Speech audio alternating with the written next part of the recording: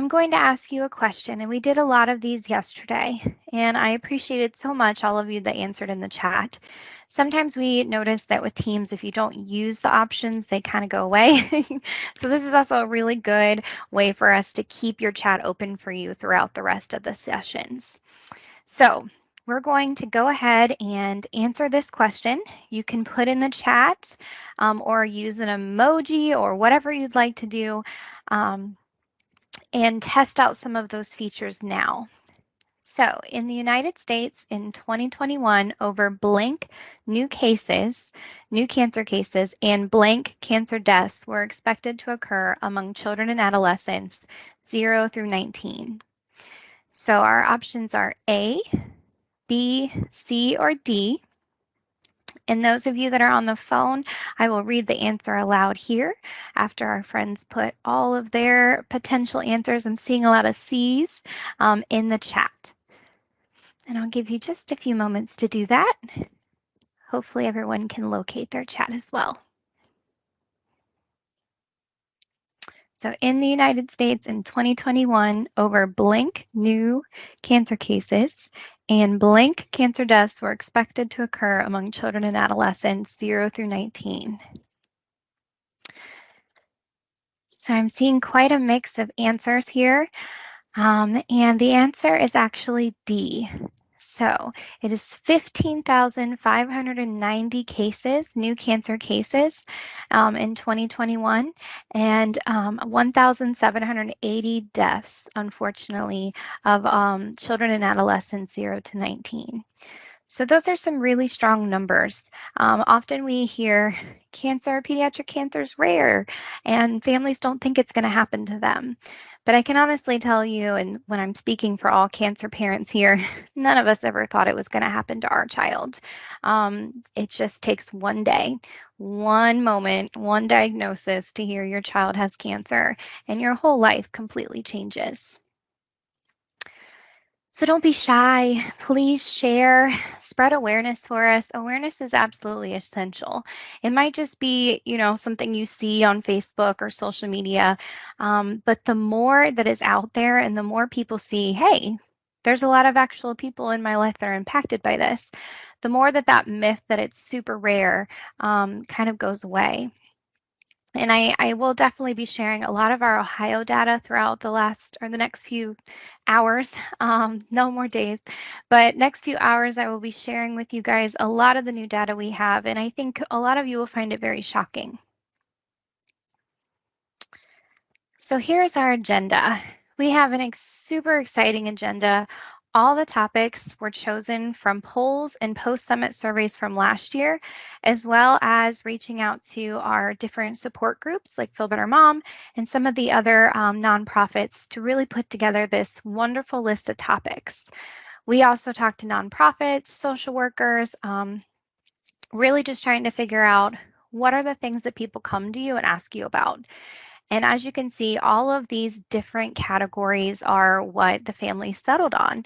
And then once we actually had all these categories, we worked with the families again to actually have them submit all their questions. So all the questions that we asked today to our panelists are actually submitted by pediatric cancer families. We wanted this event to be very family focused, and I hope that we succeeded in that. So thank you for all of you that submitted input. This is a wonderful lineup. So at this time, I would actually like to go ahead and welcome Stan Robbins. Stan is an amazing pediatric cancer advocate and a member of our pediatric cancer work group. And we have asked Stan in honor of our friend Megan, who reached out to U.S. Senator Sherrod Brown's office to get a message from him for all of you. And so I'm going to have Stan now join us. Thank you, Stan, and he will be introducing. Thanks so much, Melissa. It's such an honor. After many years of working and advocating for children on Capitol Hill, we've had many meetings with Senator Brown, and Ohioans could not have a bigger champion for children and families struggling with this situation. And so I'm just very honored and blessed that I get to introduce at this time our U.S. Senator from Ohio, Senator Sherrod Brown. Thank you.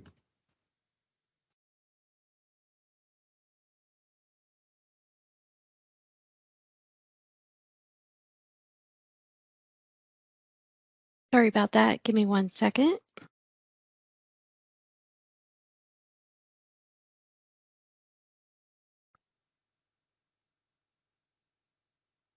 I'm Sherrod Brown. It's a privilege to serve Ohio in the United States Senate. Thank you to the Ohio Department of Health, to Ohio Partners for Cancer Control, and the Ohio Childhood Cancer Collaborative for hosting this important event for the second year.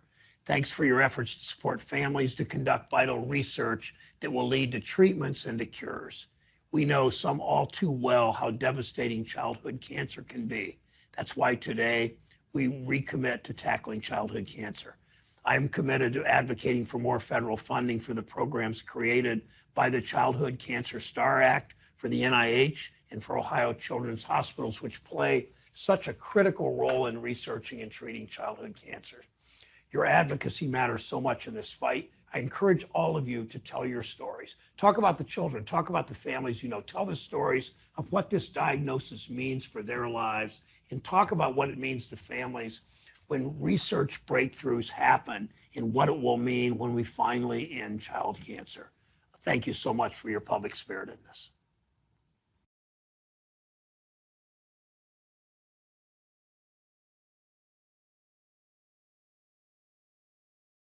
Wonderful. Thank you, Stan, and thank you, Senator Sherrod Brown. So yesterday I shared these beautiful faces with all of our attendees, and it is so powerful and meaningful that I wanted to do so again, especially those that missed it. It is just a perfect reminder of why we are here today and why we are choosing to better educate ourselves and arm ourselves against pediatric cancer. So last year and this year, we put out an ask, share your warriors with us. Over the next few hours, you will continue to see photos of real warriors in Ohio, like all of these amazing kids and teens. On this screen, you see 55 beautiful faces. And remember, 567 children and teens are diagnosed each year in the state of Ohio alone. That means I would need 11 slides to show you them all. And over a slide of those precious infants, children, and teens will sadly pass on within a year.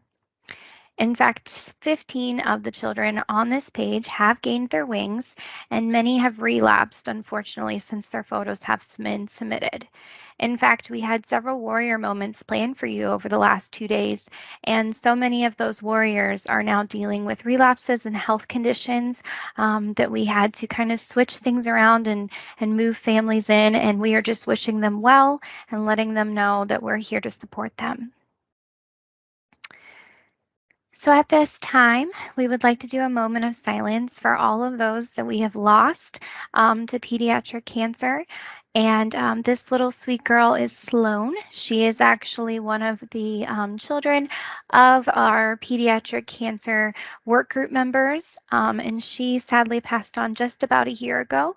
And so for her and for all the kids that we have lost, we're going to do a moment of silence. So please join me.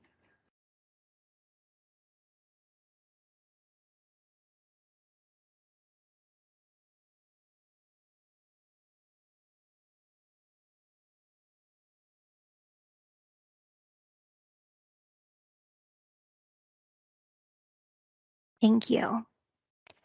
It is then with my great pleasure that I can talk about some of the things that we're doing to try to save more children. So one of those things is really reading a proclamation and making sure on a state level and a government level that we are sharing our voices. And so I'm pleased to announce that Governor Mike DeWine and Lieutenant Governor Jon Husted had proclaimed September 2022 as Childhood Cancer Awareness Month again. They have been wonderful about supporting our cause, and we submitted the proclamation with some of this data that, again, we shared yesterday, a lot of these points. We're going to share some new things today with you. But just high level, sharing some of this information. Some of the things we learned yesterday was 1 in 272 girls and 1 in 257 boys will be diagnosed with pediatric cancer by age 20. We all talked about how if we were going to play the lottery, those odds sound great. So the fact that that is the actual rates or statistic that possibly you could become a pediatric cancer parent or one of your loved ones could have pediatric cancer is extremely devastating. Additionally, we talked about how cancer incident rates in Ohio alone increased 35% from 2000 to 2019 among children and adolescents. So there are a lot of statistics and a lot of things that we're going to be sharing with you, and we definitely hope that you will then take that data and those statistics and share them online. So here is our next Did You Know? This is such a devastating point as well, and so we definitely want all of our individuals to know that our pediatric cancer work group is working extremely hard to really find strategies and ways to better support the underserved, especially individuals of Black and brown skin and any minorities, because we do know that the battle and the process can be a lot harder. The journey can be a lot harder for them. So I think here this is kind of straightforward, but another point we want to hit, in Ohio, cancer mortality rates were higher for African Americans and males. Is that true or false? A, true, B, false. And you can go ahead and put that in the chat. I'm seeing a lot of trues.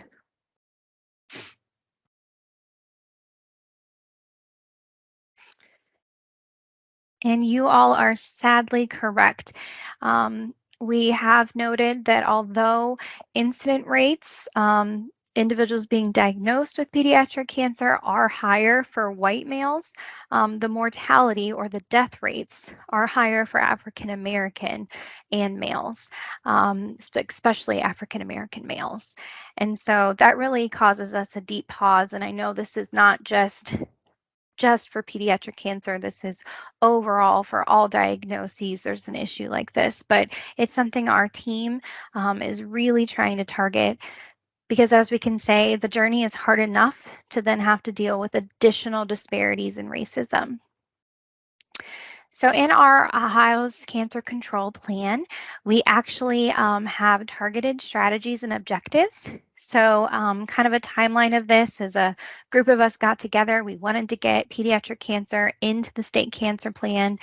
We developed these objectives. We wrote the strategies, thinking about all the things that we wanted to accomplish over the next 10 years in the state of Ohio.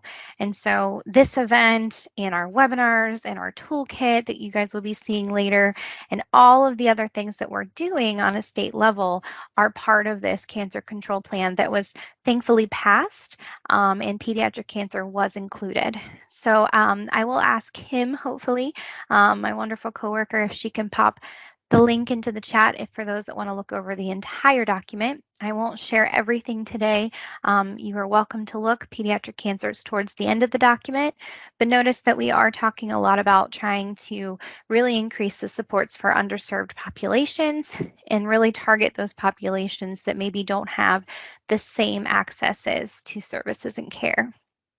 Additionally, we're really trying to take a strong focus on the financial impact and the emotional impact. So not just the physical health, but really trying to come behind and help all of the family, because we know that cancer happens and then the finances crash and the relationships crash and just everything keeps piling up on these families. So then additionally, another point is we're really wanting to increase awareness. And I know awareness can seem kind of silly at times, like why are we focusing so much? But we know that we have to open people's eyes. Once we open their eyes, then we can really get them on board. But it's opening their eyes first, and that's what we need to focus on. So this summit is one of those strategies, and we're excited that we're on year 2 for that. We also have webinars that we're going to be hosting, and we have a toolkit that we just launched, and you guys will be the first ones to see it. So we will be emailing it out with our thank yous for attending this event. And you are welcome to look through that and pull all sorts of great information. There's ways you can raise awareness, there's social media messages, there's graphics, there's really everything that you need.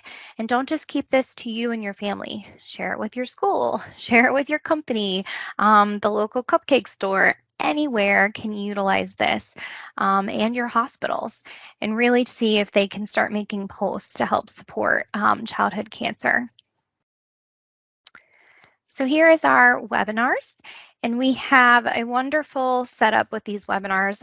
We really wanted to make sure that we were not just supporting just childhood cancer families. We know there are other individuals and other diagnoses that are struggling with a lot of these topics as well.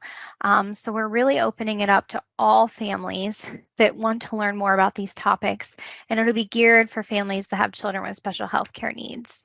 So in January, we're wanting to host a session on education. In March, we're going to do a de-stressing with art therapy, which is amazing if you've never tried it. It's great for adults too. In May, we're going to do a healthy eating during difficult times. And I can personally say when I am stressed and depressed and worried about my daughter, I don't want to cook. I am very apt to order a pizza or do this and that, but then that also adds up on the finances. So really kind of learning some tips and tricks there. In July, all things transition, which is the process of a child now becoming an adult and having to take on a lot of those things that mom and dad, grandma, aunts, uncles helped with. And then in September next year, you can bet that we're going to have our 3rd annual Childhood Cancer Summit, and we never plan on stopping. So you will all get tired of us eventually, but we will always be here. And then additionally, we have our Maintaining Relationships During a Difficult Time, and that is going to be coming in 2023 because we know that relationships of all kinds take a hit when cancer is introduced into the family, unfortunately. It's inevitable. So that leads us to our very first panel. And I am so excited to have this panel with us today because when we surveyed the moms and dads and the family members, the thing that they told us the most was, I'm different. I cannot tell you how many times people have said, I don't know what's going on with me. I'm different. My child's different. My husband's different. Our lives are different. You know, my relationship with my friends that I used to be really close with is different. Everything is just different. And so, unfortunately, that is not something that we can fix. There's no healing, magic wand that can just undo it. Because the truth is you are different. Your child is different. Your husband's different. Your partner's different. Everybody is different because of the fact that you've experienced this trauma. And so instead, we need to embrace it. And we really need to figure out ways to help ourselves become the person that we're meant to be now. And so trying to find the positive light in that and really embrace it. So I'm very excited to introduce the following ladies who have such wonderful expertise in this area and have so willingly been wonderful about getting on this panel. And we met the other day and we were talking and trying to figure out exactly the best way to deliver this information. And I cannot tell you the passion that they have. And so I am grateful to introduce Amelia Baffa. She is a pediatric adolescent YA psychiatric provider, and she's from Rainbow Babies. Then we have Kristen Hoskinson. She is actually a principal investigator for the Center of Biobehavioral Health, the Research Institute at Nationwide Children's Hospital, and an assistant professor of pediatrics at OSU's College of Medicine.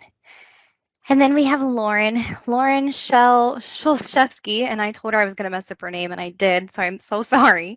But she is the Associate Professor of Pediatrics, Pediatric Psychologist of Division of Behavioral Medicine and Clinical Psychology in the Cancer and Blood Diseases Institute at Cincinnati Children's Hospital.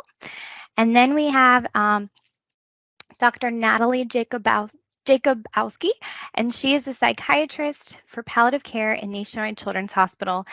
And she always tells me I can call her Dr. J, so you will hear me call her Dr. J today. So ladies, if you are available and you want to come off mute and turn on your cameras, you are definitely welcome to do so. And in just a second, we are going to go ahead and launch into our first couple questions. There you guys are. And I will make sure that we have Dr. J with us as well.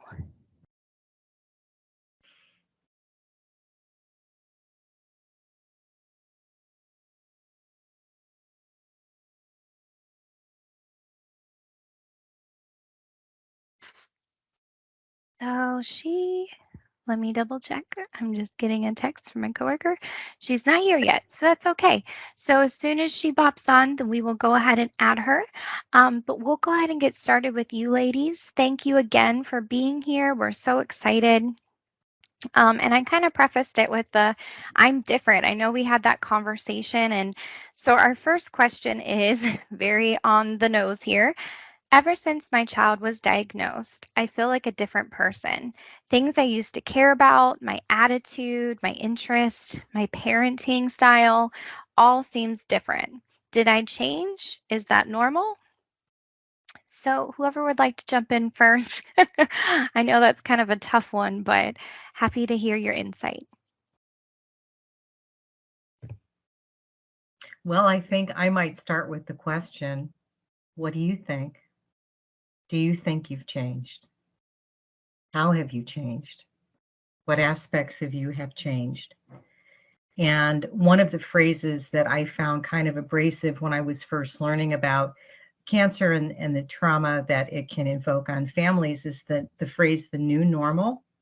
And I kind of chafed against that. But after years of working with these patients and families, I realized essentially that's really what it is, because you cannot go back to what you had before. You know, you are forever changed. And I'll stop right there and let someone else comment.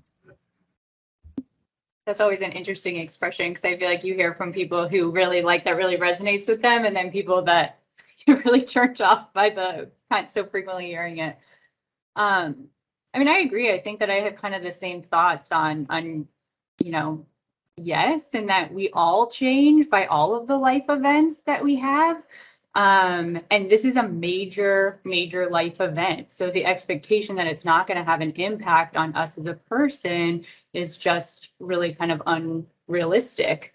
Because again, every, school that you go to, new friend that you make, all the different things in life have some impact and some change on you.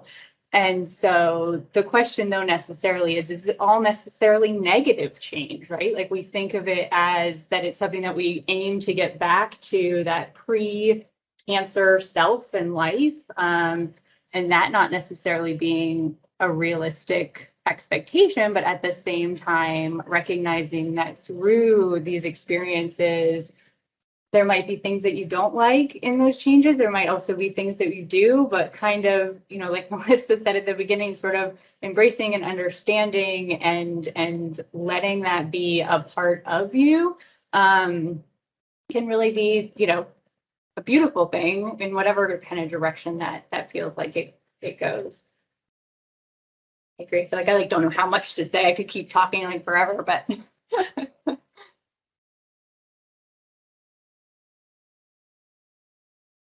No, I think that's a both great point. It is that, I think just acknowledging that, yes, you may be different. And I know, like you said, Lauren, not everybody wants to hear that they're actually different and can kind of be like, I'm so tired of people telling me I'm different.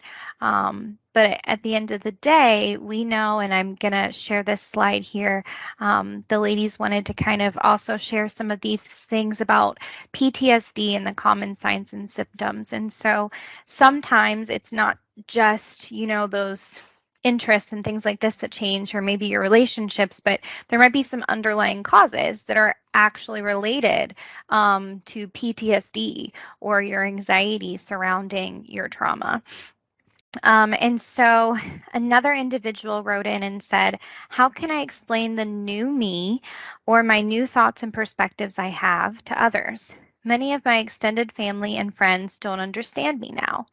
And I think about, there are times where some of our cancer moms, when we get together in a group, sometimes some of the things we hear each other say is it's hard to connect to our friends or our coworkers or other people, especially when they're talking about maybe small things that happened in the day to them or this and that. And you want to be there for them still, but you have all of this stuff happening in the back of your mind of, I just had to hold my child down. My child is, may not make it. My child's doing this and that. And when you hear about them maybe mad about somebody in the line of a Starbucks, you know what I mean, or something, and it's just like this whole thing that you would have totally been like, oh yeah, before, now you're just like, it doesn't matter. And so it's hard all of a sudden to relate to people. So what do you ladies think and would say to those families and people that are struggling with that?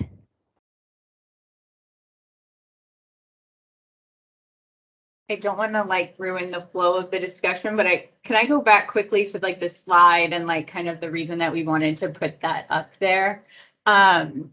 So, we wanted to just kind of highlight, our goal was to talk, or our talk, or what we were kind of asked to speak on, had to do with embracing trauma-induced change. And so we did want to acknowledge PTSD as a piece of all of this, a potential piece of all of this, and recognizing that a lot of these questions are geared towards kind of the ongoing challenges of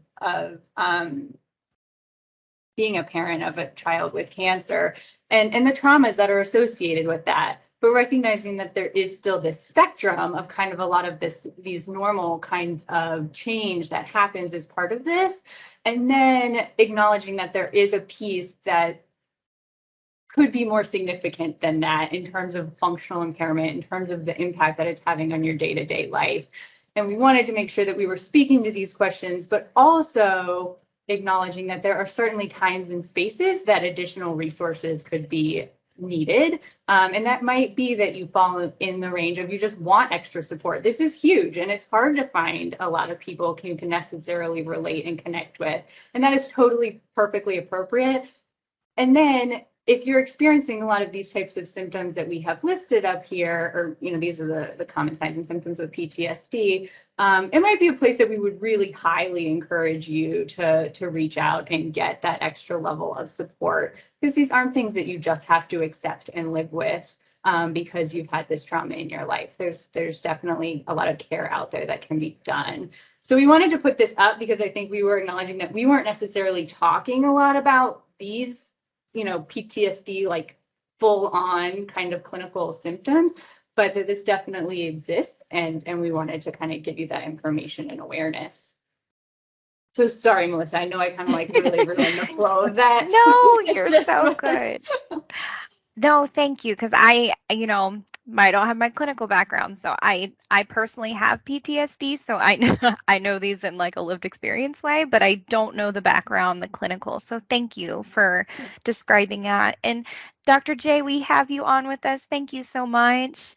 Hello, I'm so sorry for running late. I was notoriously trying to do too much in the morning before getting over here. So thank you for kicking things off, Lauren, and very excited to be here with all of you guys. No, you're fine. And I just want to go ahead and say that we're on question 2, and we were talking about how can I explain the new me or my new thoughts and perspectives I have to others. Many of my extended family and friends don't understand me now. So that was where we were kind of jump in. If anybody would like to kick off that one. Yeah, and I think when I've talked with families, and I've worked quite a bit with adolescents who have some of the same concerns, how do I, talk about my experience? And what I've really encouraged them to think about is, number one, you don't have to have the same conversation with everybody. There will be some people that you feel really comfortable sharing this experience with. And it's okay to kind of think about your narrative differently depending on your relationship with a person, and sometimes just kind of owning that that your story doesn't have to look the same or look as extensive depending on how close you're feeling with that person. But I think these are really good conversations to have with, you know, your really strong support systems. So reaching out, whether it's a care provider, whether it's a partner, whether it's a, you know, a sibling or a parent, you know, sometimes just being able to kind of mentally and emotionally process that with somebody who feels really safe is a good way to kind of launch into that conversation with people who you may be a little bit more nervous to disclose that part of your life. Kristen, that's a great point. I was thinking along the lines of it's their story as well, and they can choose how much and to whom they share it with. And I think one good point, I encourage them to, if they're thinking about sharing and how much to share, to just inform the other person that I'm really not asking you to fix me, but I just want to share some things with you. Would it be possible for you to just listen? And because sometimes for folks, it just feels like a tremendous thing that they have to hold, and it's big and it's beyond them. And what do I do with what you're telling me? If you could just sit with me and be present with me and let me talk, that would just be such a huge help. And some have said that that helps kind of open up that space for them. I think that's such a great added point as we kind of build on each other's comments of kind of sharing what you need of people when you need them to listen. Or it's sometimes helpful to be able, when I think about these things for within families as parents or between kids and teens themselves, to be able to share, if you have, coming from the perspective of the parent, extended family, to share with others, if you say, I do want to talk or I don't want to talk, how you want people to approach things. If you want to do something and say, I just want to do whatever activity we're doing and I don't want to talk about my past experiences, or I don't want to be thought about as different, you might be able to, if it's coming from the perspective of a teenager or kid, have from teenagers, maybe one friend that tells the other friends, you've got a really close friend, how you want them to approach it. Or if it's younger kids, a parent telling the parents of those other kids, here's what we want to do.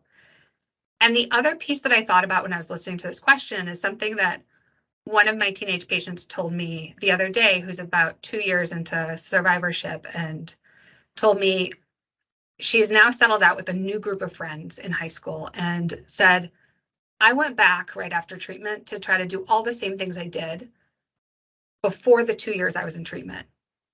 And it was really hard for a lot of different reasons. And she said, you know what I realized? And I came back and I wasn't exactly the same person, and trying to do exactly the same things didn't make sense. I didn't realize it then, but it was okay to do different things and be a little bit different to what fit for me then. Didn't have to join the exact same clubs and sports if it didn't feel right. And she said, I kept trying to force myself to do the same sport that I did before because it's what I did, but I wasn't happy. And she's like, I finally quit and did something else, and I was so much happier. And it was such a lovely realization for her, and probably something that is really helpful for others to be able to keep in mind too, is that you don't have to walk back into the same place you were because you did walk out of it. You may love going back to that exact same thing, but it's okay if you don't, because even in regular life, people change the activities they do or what they want to do. So I share that coming from her because I also feel like the stories I get from people who have actually lived it tend to teach me the best to try to help others. I love that reflection that she had. And I think that what you just said is a great point of, you know, when we're seeing kids developmentally, so much is happening and changing during that time. Like you said, I mean, how many ninth graders are doing the exact same thing they were doing in sixth grade, right? Like, so just like, I think we sometimes lose the appreciation of when we're talking about childhood cancer, that there's so much development that happens during that time span, that there's a lot of normative change that's happening. And it's hard because people have a natural tendency to understand and explain. They want to be able to say, well, what's from the cancer and what's from this and what's from that? And, you know, unfortunately, we can't really do that. But I think that that's a big challenge, a big piece of it. Yeah, and I think some of it also goes back to the notion of what is changing about you because you're choosing pursue different activities or to invest yourself in other parts of your life versus what's being imposed without your control.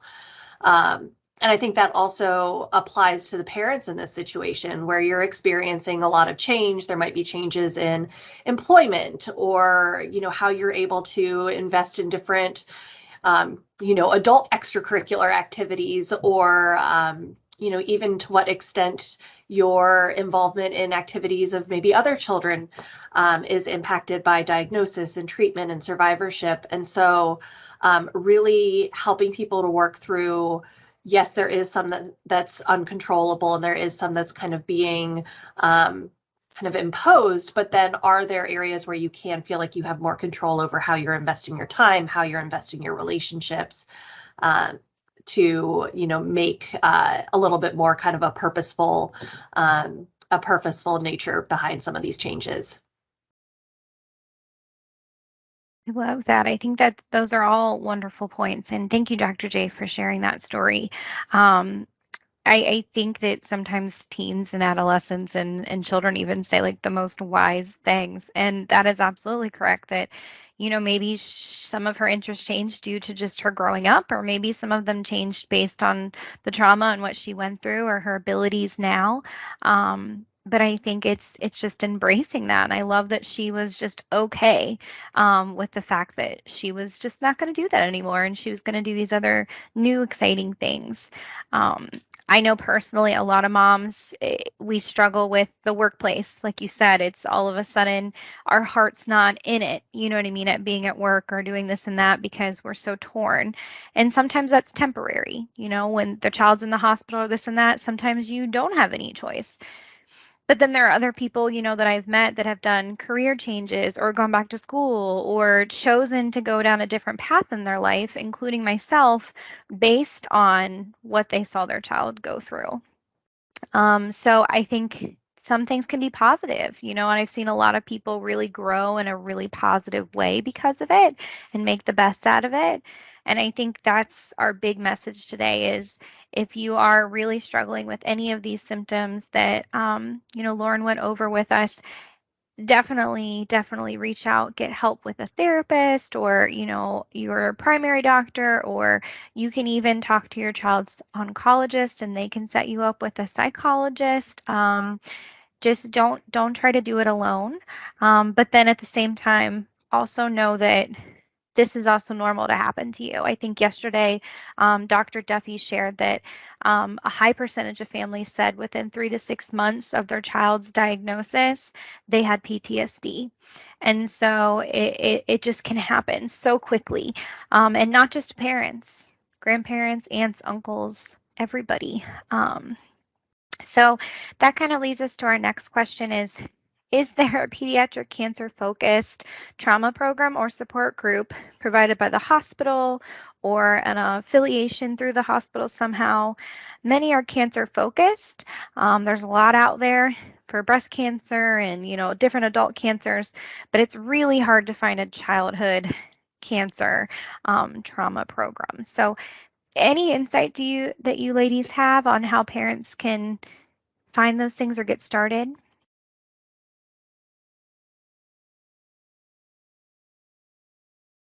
We discussed this the other day in that, unfortunately, I don't have any great insight.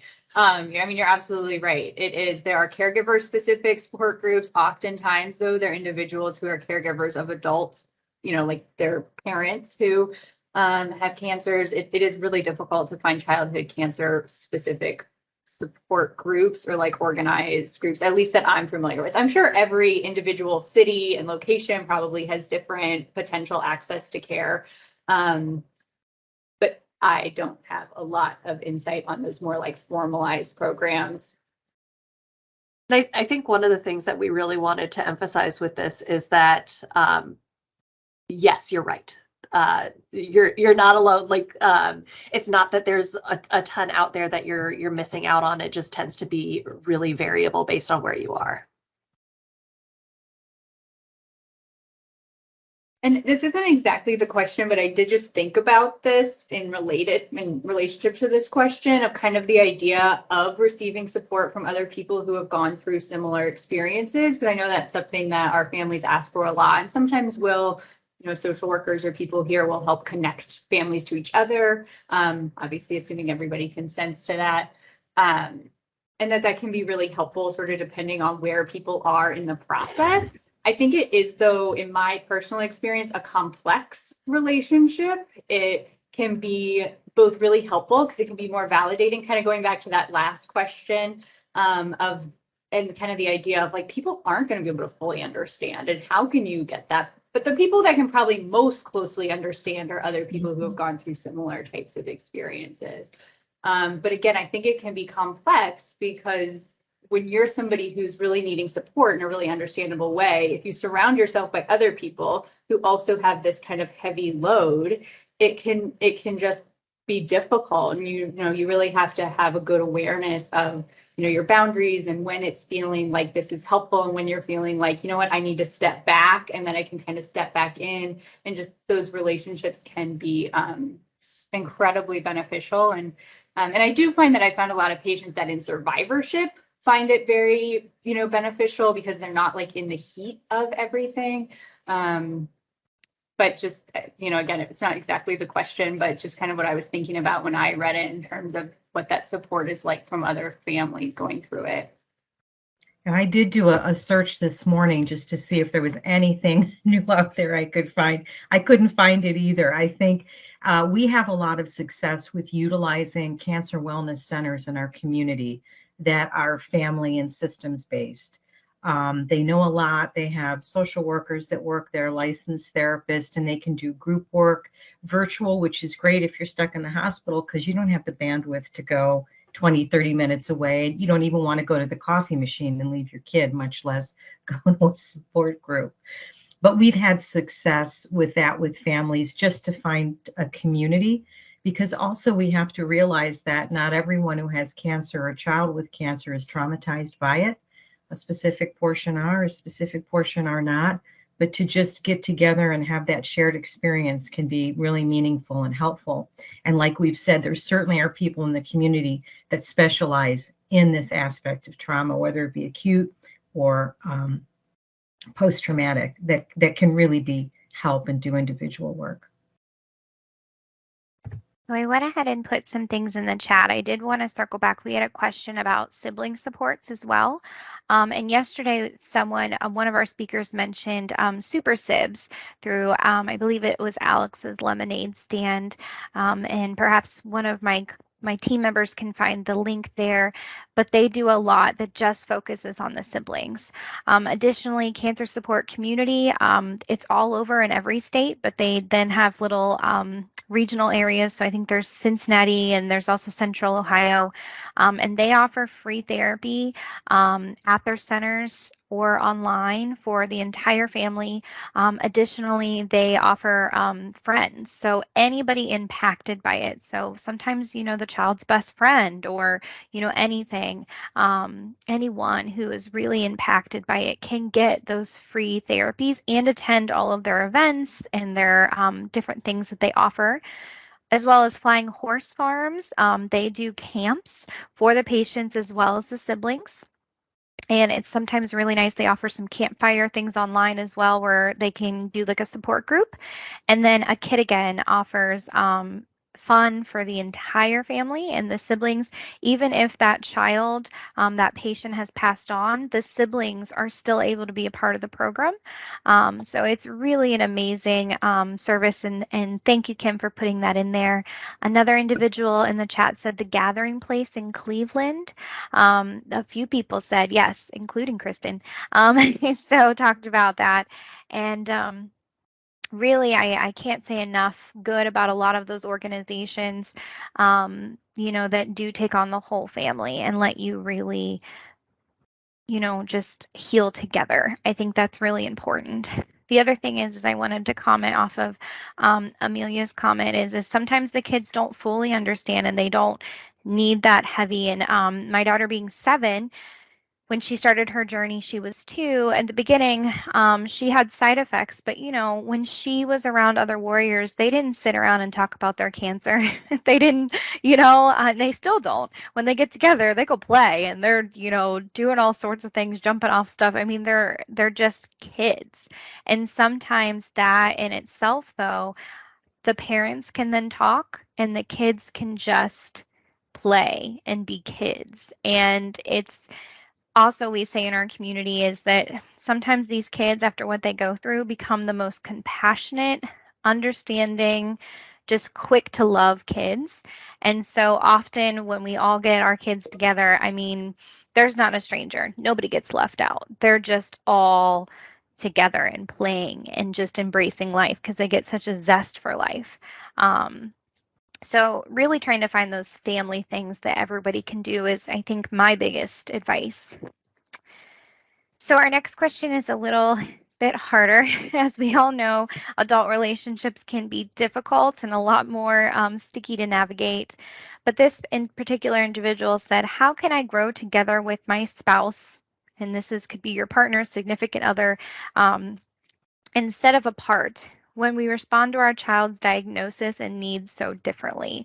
And I can say that, divorce rates are high, in our country, unfortunately.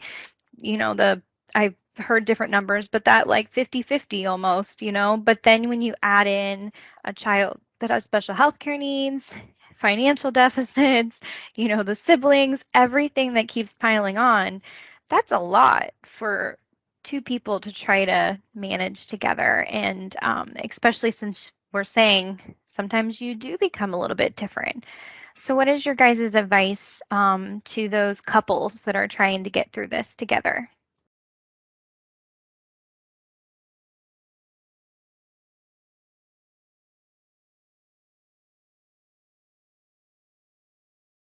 That's a hard one. I know nobody wants to take it first.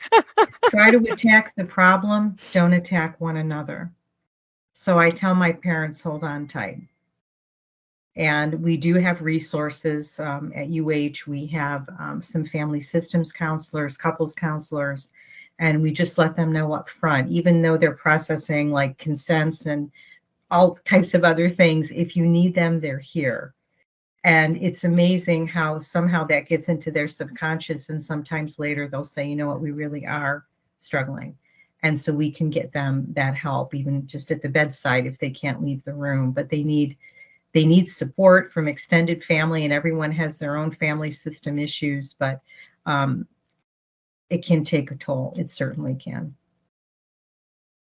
I think that's a great piece, Amelia, taking that guidance. I was part pausing, thinking that when we talked earlier, Lauren was talking about the parent support they provided, but I'm happy to talk. I just was feeling like I was talking a lot. So you were. I was thinking though, I'll add in my piece and let you continue. As I was like on my psychiatry life, I do a lot more with the patients themselves, and I have to do palliative care and work with a lot of parents. And as we talk about thinking about parents, and I apply my psychiatry brain working with parents too, even when I'm seeing their kids, is I think about the fact too that for any couple or family unit or anyone working together, everyone copes and processes things differently, and is sometimes really helpful to identify how you work differently. Like I think of the number of families I see where some people want all the info, all the nitty-gritty details. The other person may not want all that information. And so actually knowing that and being able to kind of distinguish that and maybe separate some of those conversations with the team, because there's not need to torture the other person in a way that isn't the way that you process information. Obviously, both people in a partnership, if they're parents, partners caring for that child, want to know, but being able to separate that out can be really helpful to say, you know what, the one who wants all the detail, step somewhere else and you can go have all that detail with the team, because you need that. But if the other person, if that adds to their stress and their distress and is going to lead to more conflict together because they've been forced into that, don't do it. Create that space to be able to navigate that together. And I think the other piece is too, as you noted, Melissa, there's so many stressors besides the medical information, financial, is not feeling ashamed to get other support for each other as a couple. At the same time, knowing there's so many things on your plate you have to get done in appointments. The notion of having more appointments is not an easy thing to swallow, and there may be times where it's just not possible. But the thought of getting some support for yourselves as parents, if needed, and as a couple, is 1,000% valid, and a very reasonable thing to do when you're feeling that strain, because you're under so much stress. It's hard to step back to say, how do we function well together? I'll let Lauren continue, but those were my two leading thoughts. Yeah, and I mean, that's exactly why we, established a lot of our caregiver programs here, is because we know that the barriers to access care for caregivers is significant, and figuring that out is really difficult. I mean, honestly, I usually start with exactly what you just said, in terms of kind of trying to identify and recognize what each other's coping strategies are, and recognize that, there are some coping strategies that are not very productive or helpful, but for the most part, most of them are fine. And it's just that they're different.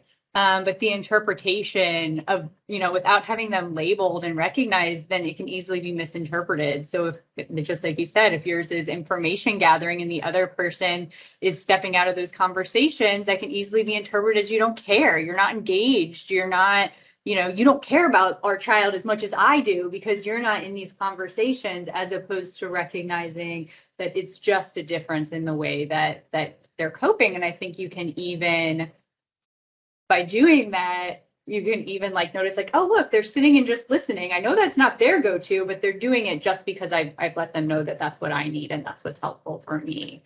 I think through all of this, and through, our work with kids, but definitely with young adults and with caregivers, we talk about values and what's important to you. And the reality is that being a caregiver and the health of your child has kind of suddenly consumed your life, even though it's not the only thing that was important to you before, and it's truly not the only thing that's important to you now. It's just consumed it kind of out of necessity. And so recognizing that if you also value, which most people do, that relationship with their spouse, of figuring out how to give it some time and space. It's going to look different. It might be date night, in the corner behind the curtain or whatever. It might be, using that grandparent who's offered to come for you guys to go out to dinner, as opposed to it to be for you to go home to take care of the other child or to do the laundry. Or so just being really thoughtful and purposeful in that relationship, even though it's going to look different. The same way, I mean, not the same, but in the way that it looked different before you had children versus after, right? Before, all of your life was consumed in your relationship and being together and caring for each other. You have children, you have to start shifting that a little bit. So kind of in the same way, a shift has happened, but figuring out how to kind of get to that core piece that was important to both of you. And I agree, as much as you can give your guys space to either individually seek care, especially if you do have those different coping strategies, kind of individually seek care or as a couple. I think it's also something that's really important to just monitor over time. Amelia was talking about at the very beginning, and letting people know that there are these supports available, but you are thinking about the consenting and the keeping track of who are all the providers, and what is the schedule for initial treatment versus longer term treatment. And it become, you can only occupy your mental space with so much. And so I think the onus is also, to an extent, on those of us who are, mental health providers, that when you're working with families, it's not just, mentioning once, oh, these are resources that are available, but making sure that over time you're kind of having touch points with families where you are, reassessing whether some of those resources are needed, and how to kind of triage along with everything else that's going on. Thank you, ladies. I completely agree, and I think I had to learn that lesson the hard way. I'm very open about the fact that my child's biological father and I, after 9 years, we did choose to end our marriage. But I think the thing is that sometimes that is okay too. You know what I mean? And if you do grow apart, that is okay too. Our number one priority is still and always will be our daughter and her health. And, we just put that first. And honestly, we co-parent very well together that way. And I mean, she gets even more love and support now than when we were together. So I just want families to know that it's okay, you know what I mean? However, the outcome comes, just as, just work hard to keep that kiddo and your other kiddos at the center, which I know can be hard at times. And I also wanted to bring up in the chat, someone really hit on the fact that sometimes parents just have different roles. So she said, my parents saw my care very differently. My mom was at the hospital with me, seeing everything from the front line. My dad worked to pay the bills and keep insurance. So at times he thought she was doing too much for me. But in the end, I was still their main focus. Different views are expected based on what they see or cope. She did say that their diagnosis did stress their marriage, but they made it through, understanding that they both loved me. So I think that's absolutely wonderful. But I think that's a great point that, sometimes you can't have both parents at the bedside, and you can become resentful of the other parent. One, they might resent you because you're able to be at the child's bedside and that's all they want to do. Or two, you might resent them because they didn't have to see all the pokes and the holding down and the vomiting. And, so I think it's really easy for you quickly to feel like, oh, you're living the better life. You know what I mean? When really you're both miserable. And I think adding to that, Melissa, the fact I think about reading that, all of those points being true, and I think about being in the hospital, seeing parents, sometimes the one who is working and splitting that time. They don't know the hospital team as well. They're not as connected. There's sometimes even more a different stress is probably the most accurate way to say it, consistent with what you were saying, is that they deeply love their child and want to be there, or the parents who both can't be at the hospital as much as they want to be, is that there are those stresses that feel different in the dynamic in the hospital that just adds to some of that stress of not being away, or being able to be there or being away. There's stress in all of those roles. And then not feeling adequate is that you do split those roles, and it's tasks you need to do to care for your family. And it's all built out of that same love. And the other thing I noticed in the chat was a question asking about knowing counselors that have walked in our shoes as parents who have been through this. And I think, I don't know if others have specific comments in knowing that. One of the things can be helpful asking around with where you are. But one thing, it's come up for the few parents I've worked with and even a few teens that I've worked with, times where I have one patient right now who's told me nobody understands except for other teens who've been through this. And I would work with this patient and said, it's true, I can't say that I've been in those shoes. I will never say with any family I've ever been in that spot. The best I can do is saying I have worked through with patients. Our jobs are to hopefully try to be as individually understanding, to try to understand their circumstance and be as compassionate and respond to that, and try to imagine their shoes, because that's the best we can do. None of us can ever claim to be in them. We can hope that we, from our professional training and what we've learned from other families, can take that to help benefit them. But it is I am sure, a very hard feeling that none of us actually are standing in their shoes to get it. But in some ways, I think that then we try our best at that spot, but it can also step back a little bit objectively to try to help look at what's going on, to help balance with you. That there are probably those times talking with other families that having those connections is super valuable because you've been in those shoes together. It also pulls on all of your own heartstrings because you've had the same pain together on a lot of those same things. So sometimes it's nice to have both pieces. And so I want to allow the others to speak as well, but I think that's a hard point a lot of families and patients run into, that I hear talking with them, of that challenge of just that difficulty, that this is such a unique challenge that trying to have people understand it is hard, but building some trust, we try to do a pretty good job of connecting and helping. A lot of times, to your point, it's just like, this is difficult. I'm frustrated.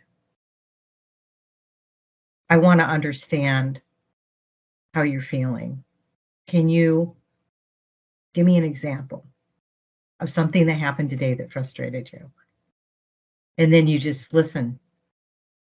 And what they're doing is giving you insight into a small snapshot of what they have to deal with all day long in so many different ways. And I find just taking that moment, and when I'm in the room, I will sit. I always ask permission to sit. Because in the medical realm, right, we're always standing at the door with our hand on it or at the foot of the bed, towering over. I'm only 5 foot, so I don't tower over anybody. But, taking just that moment to sit and really attempt to understand and make that connection, I think helps them validate. Like, they know I can't understand their unique situation because I've frankly not been in it. But I'm so willing to sit here and hear what you have to say and express through how I'm acting in my facial expression in my heart that I care. And then we'll try to come up with a way to, if we can, is there something we can do to help? Or there's some resources here to help, or is it just it hurts and I'll just sit with you while you're sharing with me how it hurts today? But the one question here we're not at yet, but you alluded to, these big difficult things. Have you ever done anything, not this big, but big or uncomfortable or hard in your life that you want to share with me? I would be really curious how that went for you and how you got through it. And that's that resilience, that core of I have done hard things, maybe nothing like this. But there are other challenges and clubs in life, not just the Cancer Club.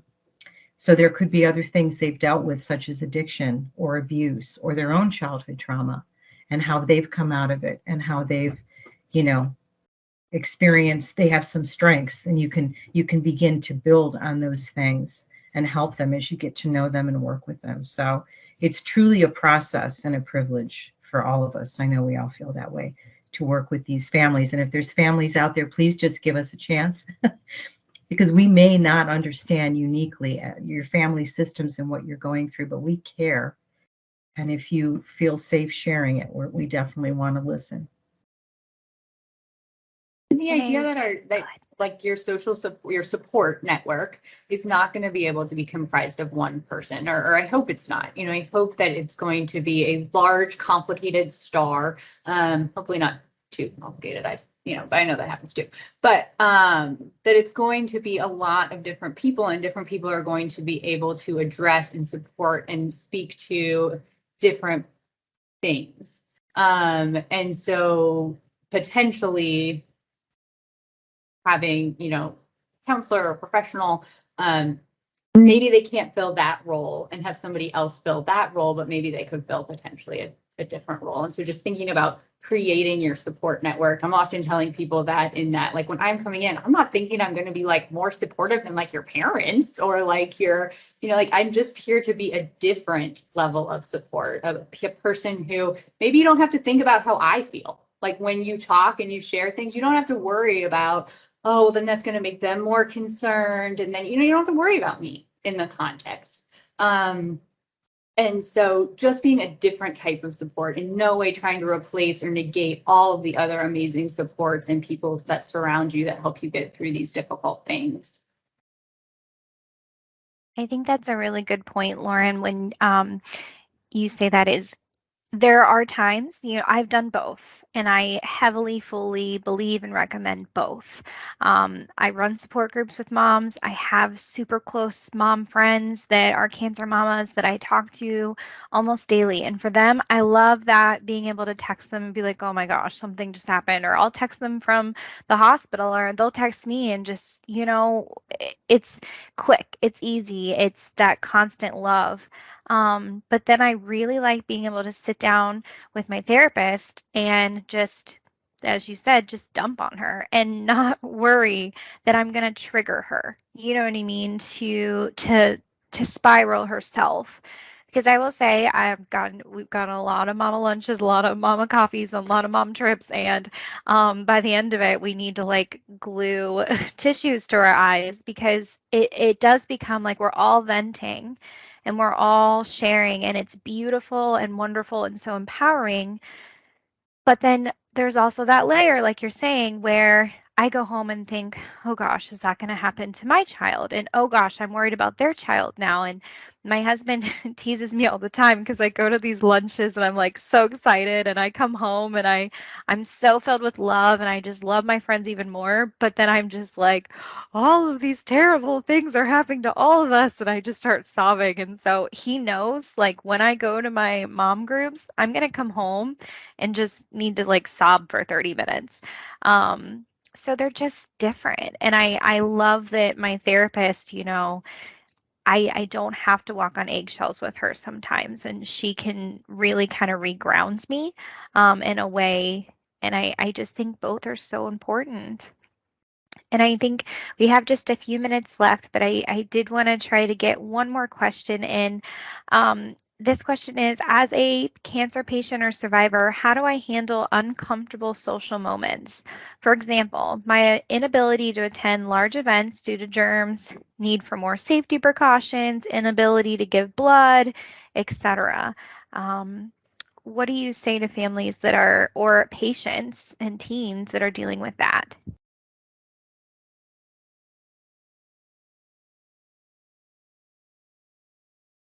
Feels to me like it, when I was thinking through this and I was thinking through different patients, it feels to me like something that's really variable depending on where you are in this process. So when you're obviously first diagnosed and you do have really significant barriers put on what you're allowed to do, that can be really difficult. And it's obviously a really personal decision on how much you want to disclose.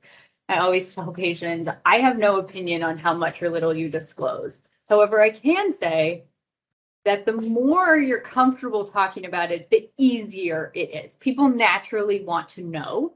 And so if you're comfortable sharing and they want to know, it's kind of simple. Now, if not, that's where I come in to help you figure out how to express how much you want to say and kind of how to politely tell people it's none of their business.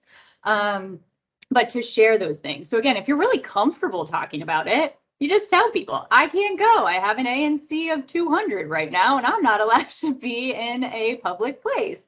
But if you're not, then really thinking about that. But it also led me to think about, and I won't talk too much about this just for the sake of time, but it also led me to think about, as you're off treatment and as these things aren't necessarily so much barriers anymore, but it's hard to figure out how to transition into being allowed to go to a party, being allowed to go to a social activity, because it's been so long that you've been told that those are like dangerous, scary places to be. And sort of that balance of what is it that's medically driven? What is it that's sort of, I'm kind of rusty on my skills on how to do these things. And what is it that's kind of anxiety driven or trauma-based driven based on all the experiences that you've had? Yeah, I think this is another area where I've encouraged people to kind of start small and build. So, maybe if you're on treatment, you're not able to, go to that party or go to that school dance. What is something that is safe, and whether that's because it's safe treatment wise or because it's safe, anxiety wise, if you're not able to go to some big thing, is there something that you are able to do that you could suggest instead? Or could you start with maybe one or two friends who it does feel safe to have more disclosing conversations with? And then, as you kind of shake off the rust and get back into social things with a few people, then maybe it starts to feel safer to kind of push your boundaries a little bit. But I think also just normalizing the fact that it can feel really uncomfortable to jump into something with, your entire school. Maybe we don't take that step yet, and just normalizing that, you feel anxious about this. You may not have fun going if you feel that anxious about it, but how can we maybe build to, if that is a goal for you, in a way that feels safe and feels comfortable, and then, work our way there. You don't have to kind of jump in with both feet right away. And I think building off of those pieces is that kind of anxiety that can build sometimes getting back into things is is very real. It isn't something people prep you for because you get ready for excitement of being off of therapies and then gradually building that up. And the other thing came to mind on this question for me, especially thinking about trauma-induced changes in specifics, is when different things trigger you that surprise you. I had a kid who had told me how getting a grilled cheese his dad made reminded him of the grilled cheese in the hospital that he ate when he was feeling super nauseated. And then he didn't want to eat. And his dad was amazing. And his dad just threw away the grilled cheese and switched meals and said, all right, this is not what we're going to do right here at this moment. But I think for people who don't recognize it, or I've had patients who even on treatment say they come or they're on a relapse and they come back and say, going back into the hospital, they start to have these panicky kind of symptoms they never had before, getting labs or getting IVs, or things start to bother them in new ways. And they're like, I've done this. I don't know why this bothers me. I've done worse things before. Is that they can have this trauma that builds, and not knowing what it is makes it feel even worse because they feel like they don't know why they're feeling so distressed about something they used to do. And I think it's really helpful as parents, as patients, to know that it exists, and then knowing to get that support from psychology, sometimes from psychiatry, to be able to help navigate that, depending on the intensity and how it's impairing your functioning, whether it's outside and you're trying to get back into life and you're really struggling to get back into it, or you're in treatment and you're really struggling with some of those things that trigger your distress coming back into the hospital because you've relapsed and had to come back into this environment that's really distressing. And those trauma triggers can be really funny, small things that people catch as memories. It's amazed me as patients where certain just smells, sights, things that catch them. And sometimes just even knowing what it is and being able to say to yourself, oh, okay, that's why that freaked me out, might be enough. But knowing it exists makes you feel less crazy. Otherwise, you feel a little crazy as to why a food got you so upset.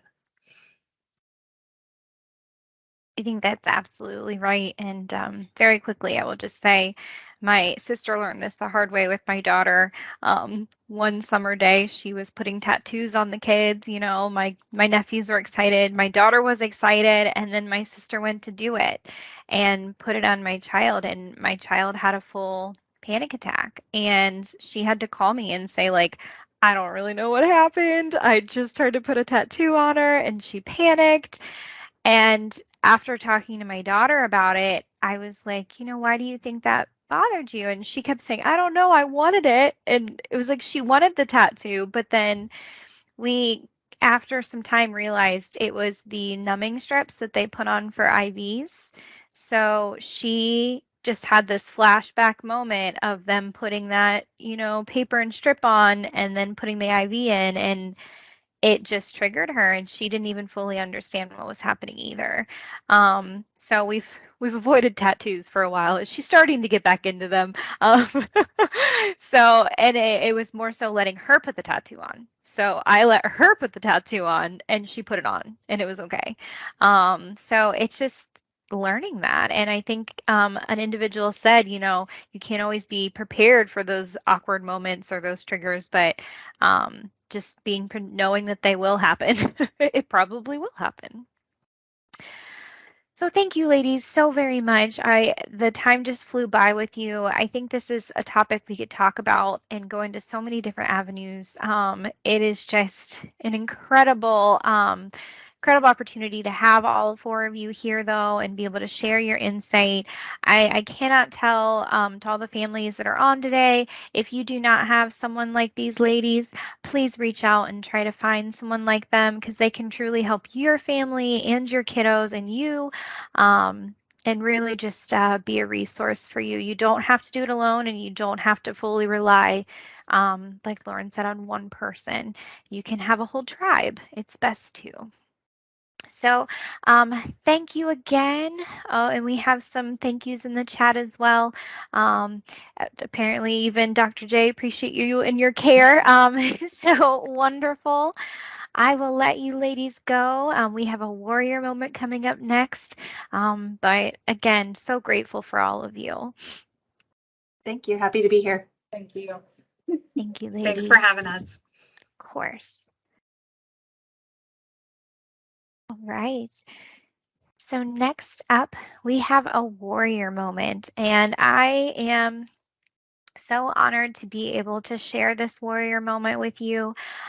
This beautiful young lady is named Allie, and she's a 4-time fighter of alveolar rhabdomyosarcoma, and she is truly the definition of a warrior.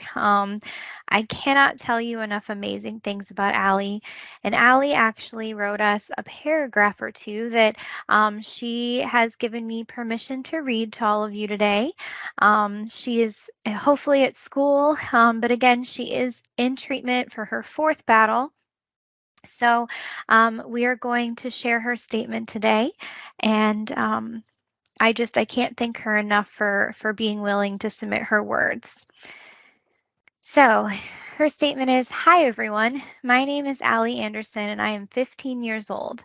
On September 5th, 2018, I was diagnosed with stage 4 alveolar rhabdomyosarcoma after assuming my symptoms were a cold. I endured 14 months of treatment and 1 month of radiation and was declared cancer-free on November 18th, 2019. But after a year of being cancer-free, at my 3-month scans, a new tumor showed up in my chest. I then started chemo again for another 9 months and radiation for another week. I was declared cancer-free for the 2nd time on November 5th, 2021. But again, at my 3-month scans, I had relapsed. Then, 3 months later, I relapsed again. I'm currently in the fight for my life for the 4th time. As many cancer families know, the word relapse is often worse to hear than the initial diagnosis, because with each relapse comes less research on chemotherapies and less information on how the certain chemotherapies work. But I take each day one step at a time, and I've learned to love even the little things." And then, bless her heart, Allie thanked all of us for the opportunity to share her words today. I can't say enough about this individual here.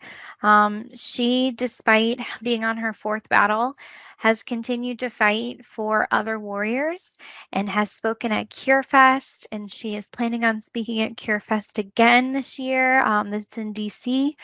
She is constantly on social media trying to spread awareness about pediatric cancer, and she's truly an inspiration in the fact that she does take things one day at a time, and I can truly honestly say that knowing her family. She has the brightest outlook, and she honestly is always concerned about the younger warriors and how they're doing, and I just can't tell you enough great things. So I hope that you all keep her in your thoughts as she battles for the 4th time. I'm sure you can imagine how many countless surgeries that's been, how many countless days that's been in the hospital, and for her to still keep going and pushing and trying to obtain the life that she deserves. We just are incredibly proud of her, Allie, and we honor you today. And we hope and pray that your time at CureFest goes well, and we're wishing you well as well. So thank you, Allie. So to transition into our next actual transitioning panel, while Kim gets our individuals set up here on screen, we're going to do another Did You Know really quick. Childhood cancer incident rates in Ohio increased blank % from 2000 to 2019 among adolescents alone. So we know that it increased 35% for children and adolescents, but looking at just adolescents alone, how much percentage do we think in the state of Ohio incident rates for cancer have increased for adolescents alone from 2000 to 2019? Is it A, 41%, B, 19%, C, 25%, or D, 36%?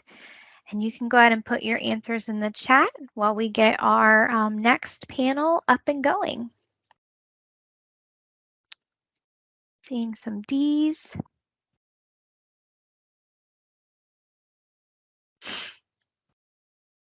Some A's.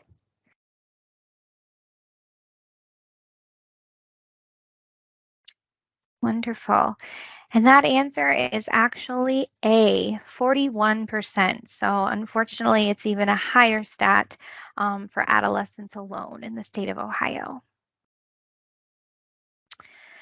So it's a great time to talk about our adolescents. And again, transitioning is one of those topics that is very difficult for families. And although it might seem a really far time away for some of you, that time goes so fast.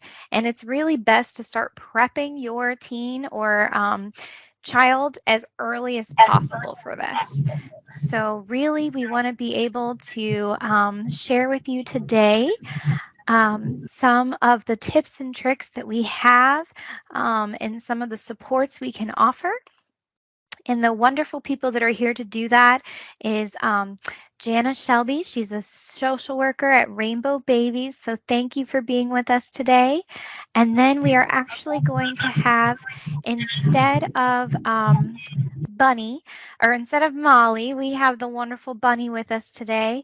And Bunny and I chatted, and unfortunately, those that were on yesterday did learn that Molly has, within the last few days, been given the terrible news that she has relapsed again. So Bunny, her mom, is just an incredible champion as well, and decided to moderate this session on behalf of Molly.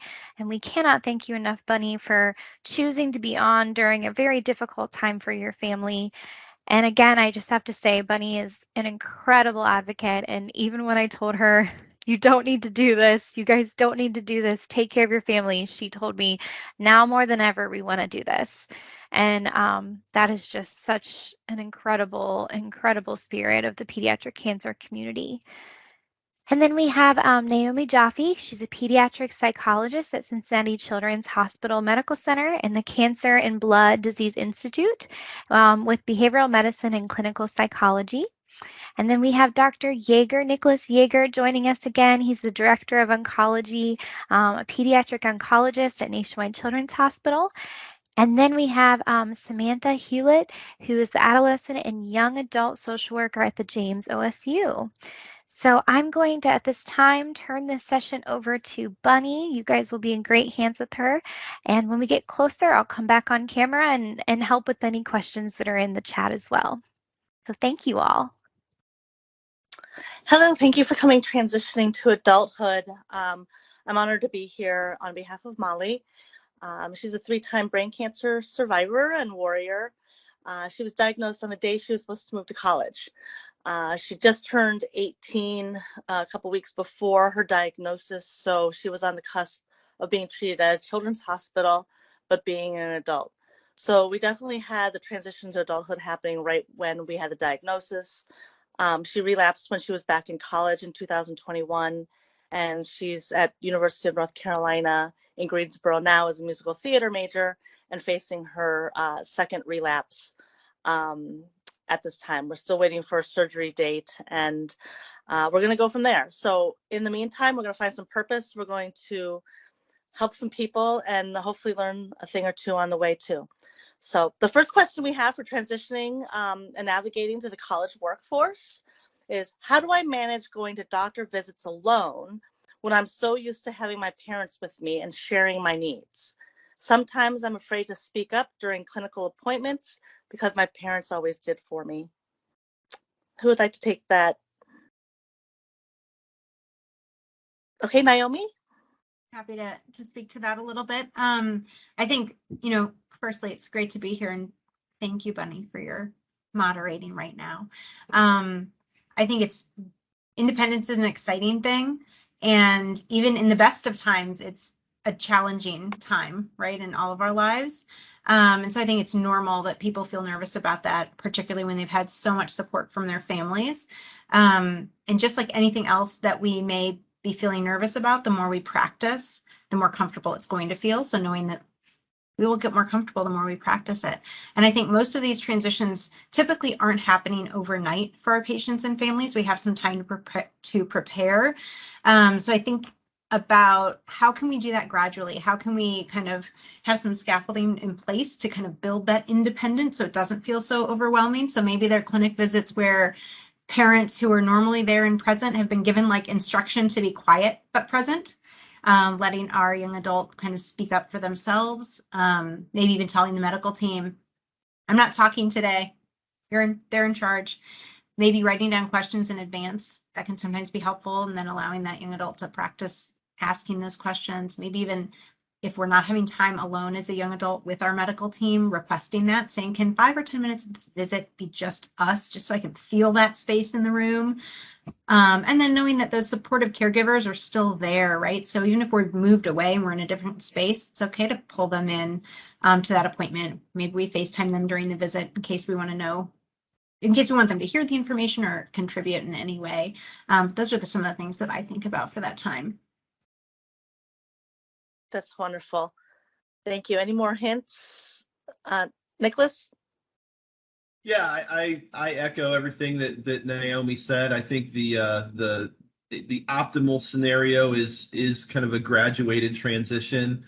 Unfortunately, as you know, that doesn't always happen. There are some abrupt changes, you know, whether that's going off to North Carolina for college or going to, you know, somewhere for a job. And so if you haven't prepared in that way, and you're transitioning to take some responsibility, you know, you can always go back and meet with your primary medical team and, you know, sit down, make sure you have all the information, right? And make sure you have a treatment summary, make sure you talk to your parents, as Naomi alluded to, and understand some of the important facts, you know, that you need to now be responsible for.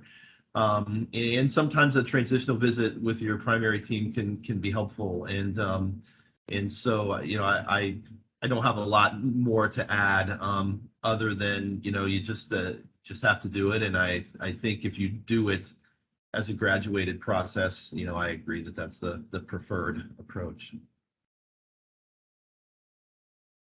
And Jan or Samantha, do you guys have anything to add there?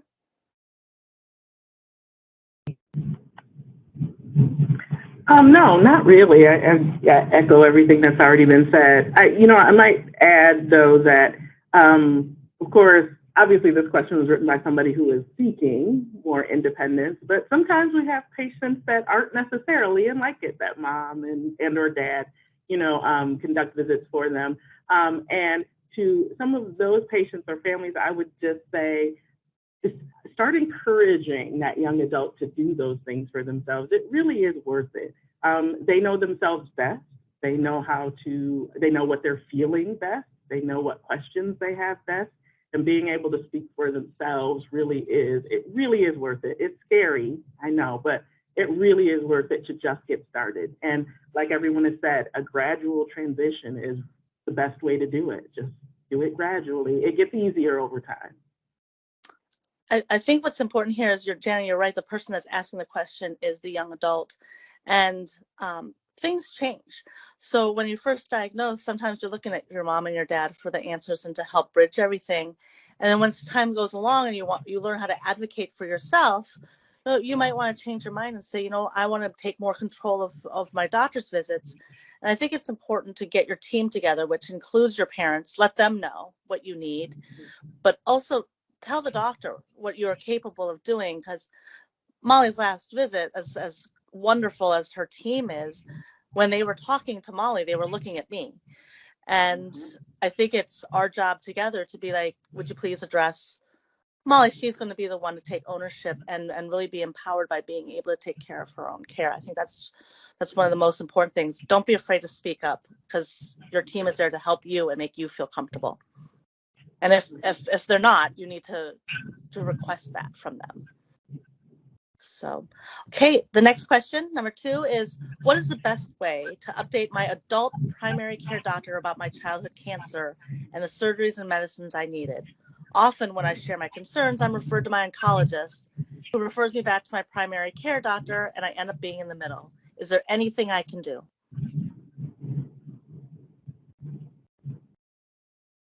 Go ahead, Nicholas.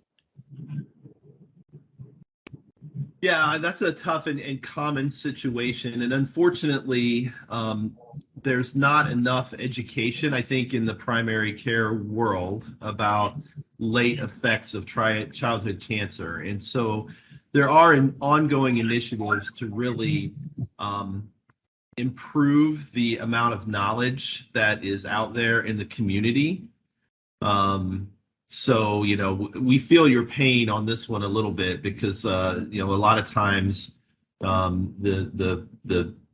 your primary care providers just aren't comfortable. So what can you do? So I think, understanding, your treatment first and foremost yourself is, and for your own knowledge, I think, is critical. And so if you haven't gotten a treatment summary from your primary team, you should definitely go to your primary or your treating team, get a copy of your treatment summary. There's a lot of different ways that people put that out there, but pretty much everybody does something. And then walk through that treatment summary with your oncology team. And so what these different things are, what you should be looking for, you empower yourself. Beyond that, you can certainly encourage your primary team to put together a letter to send to your physician. And so I think, really encouraging your team and say, look, they don't know what to look for. They don't know what to watch for. Can you put together something not only for me, but that you can send to your primary doctor so that they can have that on file also? Certainly, you can screen your primary care providers if you have that option in your community and call different offices and say, look, this is what I've been through. Is this something that you're comfortable taking on? And you may find, some people that have some training, if they're associated with the university, sometimes that's a little bit more likely. But, being a little proactive to try to find people with some knowledge and expertise. Obviously, we understand, depending on where you live, that may not be an option. And so I think, getting a good understanding for yourself is most important. But really, if you could encourage your oncology team to really spell out for your provider, that would help them do the right thing, because I think they want to do the right thing most of the time. So, but I'm curious to hear what people from other institutions would have to say also.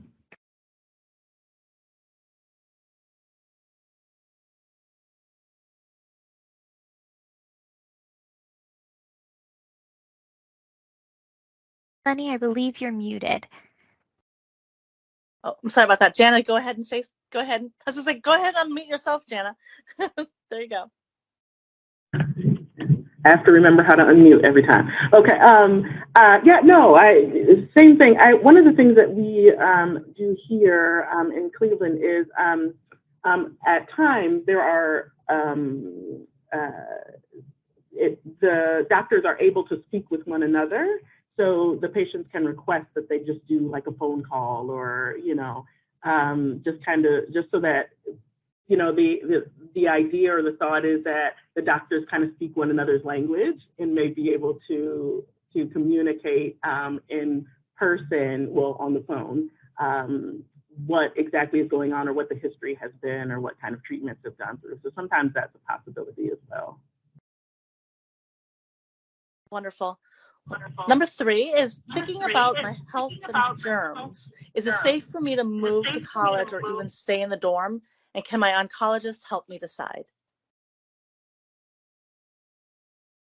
Naomi, would you like to answer that one? I don't have much to add there. I would be interested to hear what Nicholas has to say. I think I can speak to from that aspect of this is like an example, and I think this came up some in your last panel as well. I caught part of it of there's the logistics of it. Is it safe?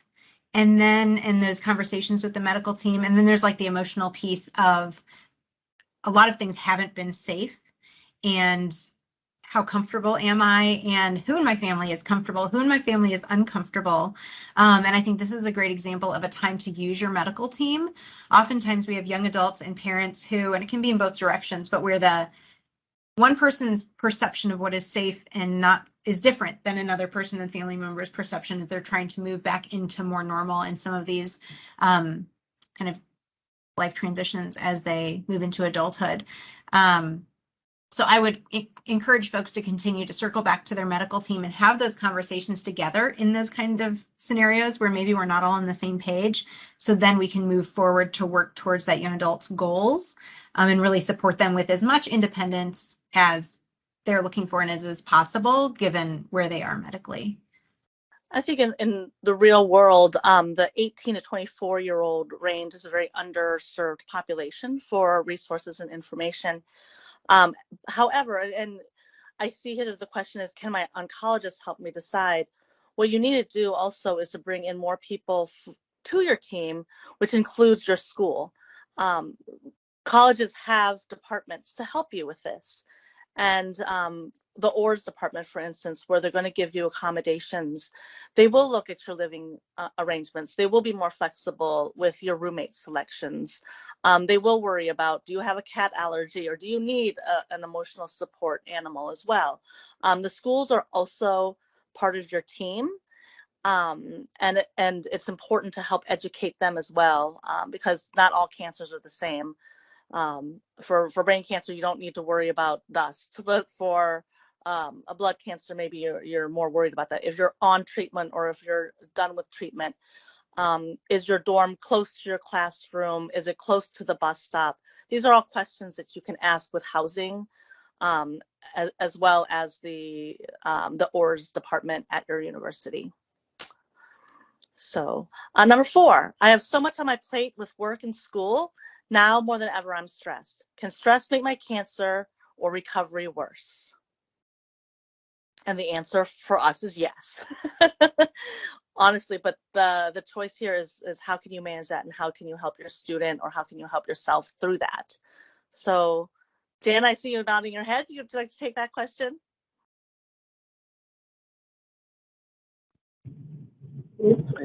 Oh, okay. I think I'm unmuted now. Yeah, that was, I mean, as soon as you said yes, I was like, yeah, I mean, kind of like anything else, right? Any kind of health issue or just mental health even, stress can make, things worse.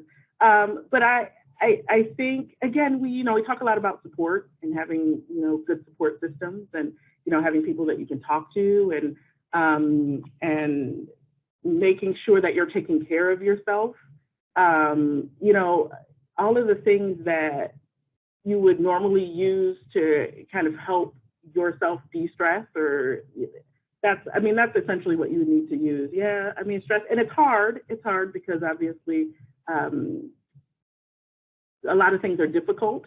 But I can't stress support, and I know there have been some sessions about support systems throughout this Cancer Summit, but I can't stress support systems enough. And kind of like we've said, from your medical treatment team to potentially your school to your family to whatever friends that you may have around, to other peers, even if you have the good fortune to meet some of them. But yeah, I mean, it's hard to say don't stress because that, but whatever you can do to help yourself, or whatever works for you, because everybody's different. Different things help different people. So whatever works for you, and sometimes it's trial and error figuring out what those things are. But yeah, yeah. I think the first step is already taken. That the comment, now I'm more stressed than ever, which means you're stressed, and to give yourself grace and to realize that you aren't like all your friends that are they're more worried about going to dinner at Chipotle or Chick-fil-A. You've got other worries on your mind, so you need to take that into consideration and be kind to yourself. Rest when you can and accept the help. My daughter was really worried about getting accommodations because they added 3 extra absences without question. If she had to take an exam, she could be open book. She was feeling like she was getting a lot of gimmies. And the person at the ORS department said really well, you're not a burden and you're not getting anything special. We're just there to help you be equal with your classmates. So if you need to miss 3 more classes to be equal to your classmate, That's just getting rid of a barrier. And there are no give me's in this world. You're getting these accommodations because the schools want to help you succeed. So, hi Samantha, nice to see you. Would you like to jump on board with that question? Hi. Okay, I missed the beginning of yours because I switched computers again, and it seems like maybe the third one works. So thank you. We're on the stress, correct? Well, let's move on to the next one. Okay, and we can start. With my health, is it safe to work? If I cannot work, what should I do to find support and resources? And if I do work, should I disclose my diagnosis to my employer? I can start. I would say, I don't know how many of you are familiar with the nonprofit Cancer and Careers, but they have a ton of resources on sort of what to speak to, how to know if you should disclose, but sort of a lot about what I talk with my patients about is sort of how to feel authentically you, because if you are working so hard to pretend that you don't sort of have barriers or accommodations, it might be hard to work because you won't be yourself and you need yourself to have the strength to complete the job. So obviously talking with your physician is important to decide if it's safe to work, but then beyond that, actually getting a job, I think using Cancer and Careers is a great way to be able to walk in feeling confident when you start having conversations.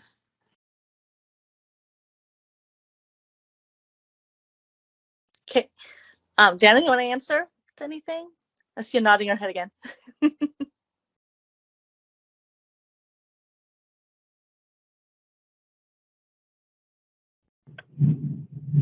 Okay. Can you guys hear me? Okay. Yeah, I do nod my head a lot. I agree. I want to put in a plug for Triage Cancer too. I don't know how many people know about the site Triage Cancer and some of the conferences that they have, but they have some really good suggestions about how to deal with employers and even just your rights as a patient and with schools and everything. But yeah, I echo that, and I might add too that if you have an employer, you're working for an employer, if you need accommodations and you're working for an employer that is not willing to work with you or to accommodate the things you need, you're not going to be able to do as good a job anyway, which can lead to other things, beating yourself up for not feeling like you're doing the best job possible, and on and on down the slippery slope. So you really,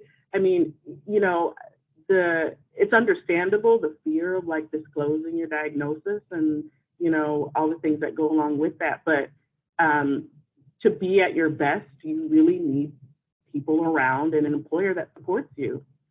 So it's really important. I see like the worry here is they want to work obviously for money and to help support the family and things like that.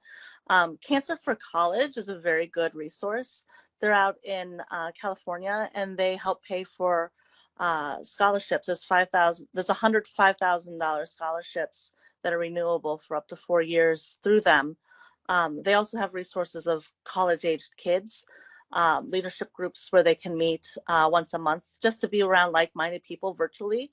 But there are places that do have scholarships for cancer patients that you just need to look for. This is probably a good place to put a resource button for that. And I can send some to Melissa for this age group because sometimes work isn't possible.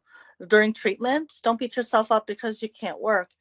Maybe fill out a couple essays and fill out a couple grants and get a rent paid or expenses for the month paid. There are resources out there for this age group. So Nicholas or Naomi, any words of wisdom on this? No, I think they covered that pretty well. Go ahead, Naomi. No, I agree. I think, I agree with everything you guys said. And I think sometimes it can be helpful to have support. I know I have patients sometimes who are really anxious about like the act of those actual conversations and communications. And I love I'm excited to check out some of those resources that I haven't been familiar with. But sometimes it can be helpful just to be thinking about like if I'm going to share, how do I want to share? When do I want to share? Someone noted I don't typically disclose in my interview, right? Thinking about what are the accommodations that I need? At what point does it make sense to share? And this sometimes can be an opportunity to really be seen as kind of a responsible and committed employee for our young adults who are then, right, they're making the choice to communicate in advance about their needs. So they can then not put their employer out later. And so I've seen lots of young adults have success in disclosing some information earlier on to then have their needs met and keep that communication open later. It's also real important to know that you can get a work-study job through school. You will be given priority, actually, because of your financial situation and also your medical issues. They want to help you find work. And a lot of times if they'll find work for you from your computer, you can be a tutor. You can help look over other people's materials online. You can be a mentor for the freshmen, things like that. There are a lot of things that you can get paid under your work study to help pay for school, as well to feel productive, to feel like you're helping your family out to pay some bills. I think that's really important too at this age group. Yeah, and I do think it's important to be, in terms of with employment, unfortunately, you do have to be honest with yourself about what is a viable option. I had a patient, for example, who had an extensive limb salvage surgery.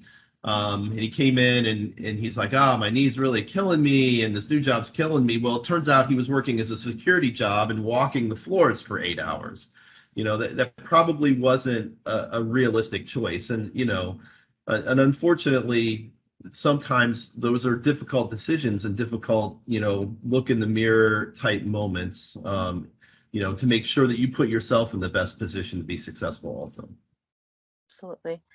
Okay, number 6, I've had a lot of absences and not many extracurriculars. A little work experience in order to maintain my health and safety during treatment and after. So how do I address my odd-looking transcript and resume?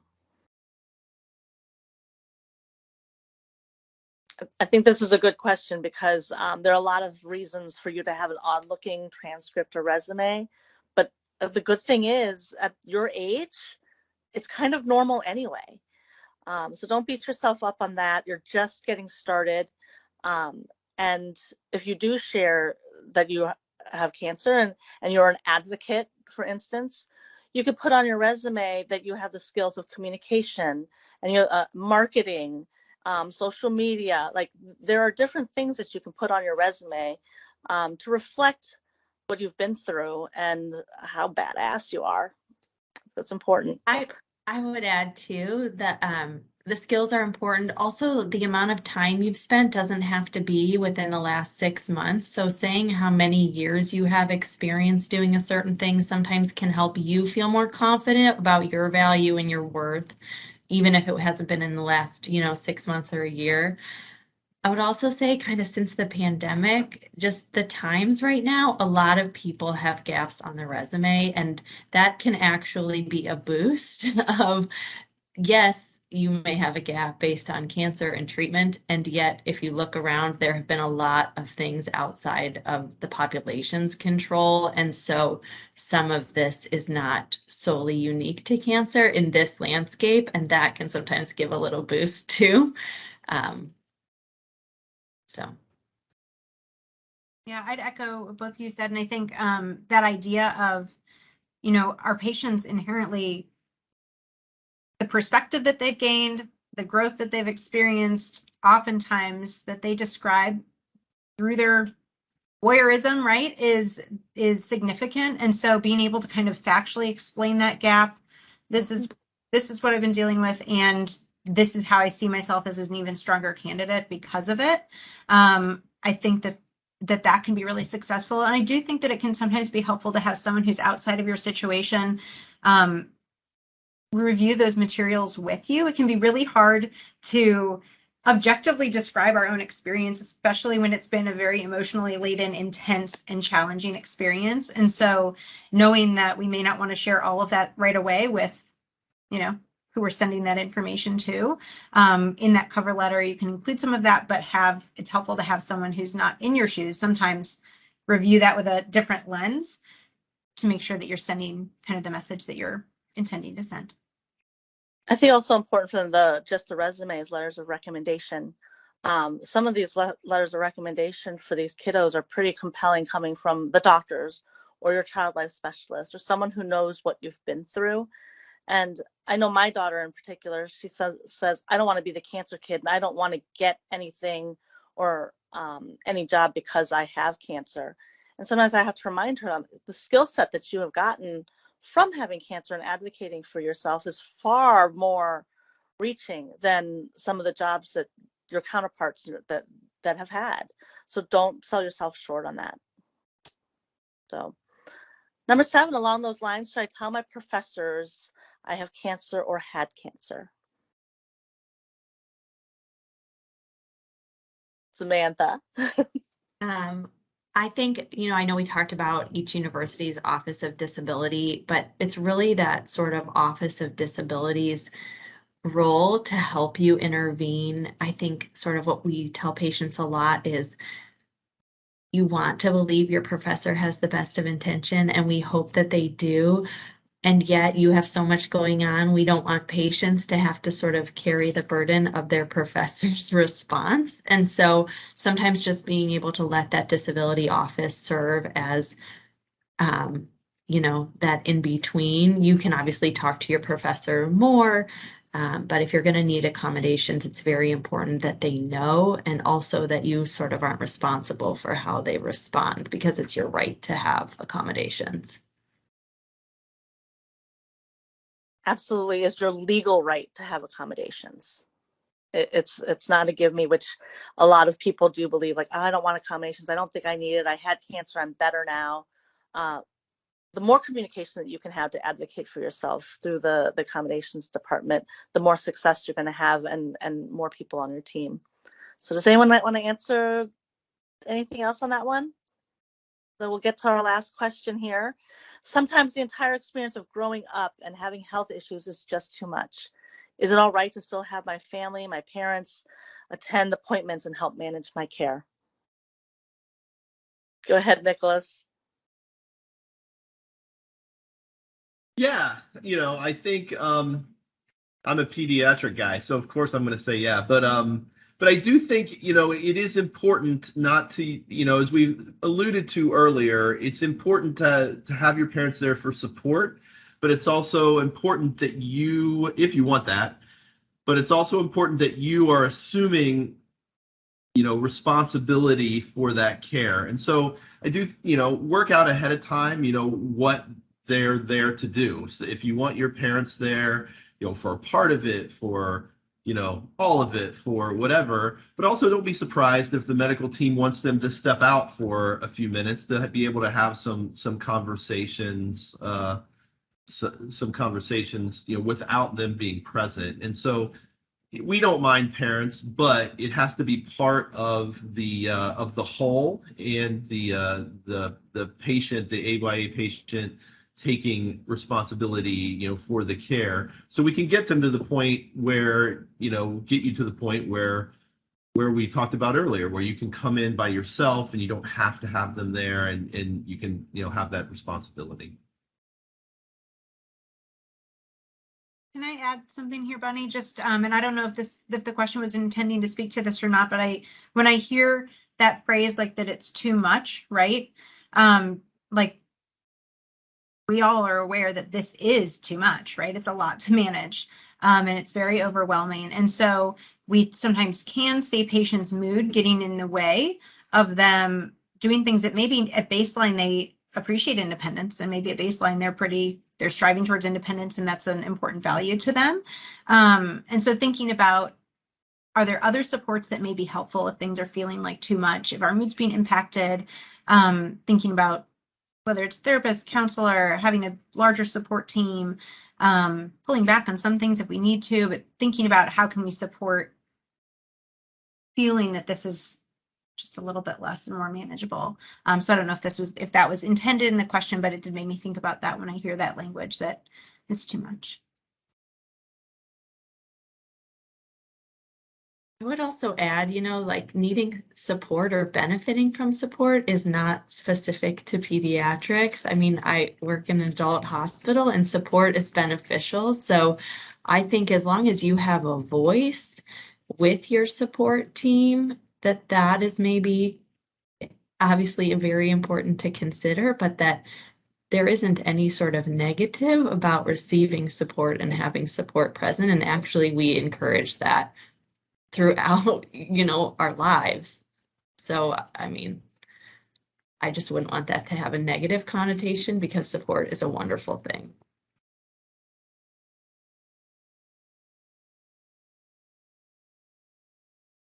Jana, do you have anything to add to that? Nope. Agree. Yep. Definitely. I think that being 18 to 24, being alone and away from home for the first time, living with a roommate, just being in a different situation is hard enough. My daughter's counterparts, they have other struggles. They have other things that they need to worry about, and sometimes it might seem silly when you're trying to save your own life, but you need to surround with people that understand and love you. I think that's just across the board, but definitely for this age group where there's a lot of distractions, there's a lot of things that you wish you could do, there's a lot of FOMO, which is the fear of missing out. Just you have to be kind to yourself and take care of yourself first, and really advocate for what you need, and you'll be okay. So, Melissa, are we out of time, or do we have time for some other questions you want to ask from the chat room? Yeah, so wonderful job, all of you. I think you did just an incredible job answering the questions. And thank you, Bunny, for being able to share your lived experience. I know this is something you're currently in the trenches with your daughter being in college and navigating the workforce and trying to figure everything out. And I know it can be hard, like you said, to step back and try to let her spread her wings. And I think that's going to be the hardest part for me. Sometimes cancer parents or families that have kiddos with special healthcare needs, we can be a little bit more protective just because we've experienced almost losing them. And it really also is important for parents to, I think, take that time to self-reflect, and if you need to speak to someone about that, or even being open with your child and just saying this is hard, because we also had some parents write in that said that now all of a sudden it seems like their teen and them are butting heads because they're now telling their teen, you need to take your medicine. They're texting them every day saying, did you take your meds? Are you going to the appointment? Have you left yet? What did they say? And we actually had some few parents say that it really honestly drives them a little nuts, because they'll try to let their teen go or their young adult go to the appointment alone, and then they'll come out, mama or dad will call and say, okay, how was everything? What did they say? And they're like, it's fine. And the parent's like, well, did you ask about this? Did you ask about that? And they're like, no, I mean, it seemed like it was good. And I think that is another thing and Samantha, you brought up, is that even adults, that are going through cancer, breast cancer, prostate cancer, a lot of them and a lot of people do encourage you to bring a support person. Because sometimes during your meetings, especially when you get the bad information, and I'm sure Bunny can agree with me here, you go into this weird zone where you're hearing it all, but you just don't want to hear it. And then you're also trying to deal with the emotion. Sometimes I'm like, just don't cry, just don't cry, just don't cry. And I'm hearing everything because my child is sitting there watching my reaction. So I think, how do we also let teens know that it's sometimes, one of those things where you may want somebody else there just to take notes? Is that something you encourage when you have teens that are get bad news? You know what I mean? Do you just manage it based on who's there that day, or is there ever a time where that child's going to get bad scans and you think I hope they have their parent, or they hope they have their support person? Does that ever happen? My daughter was told that she relapsed 8 hours away from me at 4:30 in the morning after having a seizure at the local doctor's office. Like they literally woke her up from recovering from her seizure and said, "Your tumor is back." She was alone at 4:30 in the morning, 8 hours away, and I was so mad. I was so mad. Like, how could you do this to my kid? And then I realized she's 21.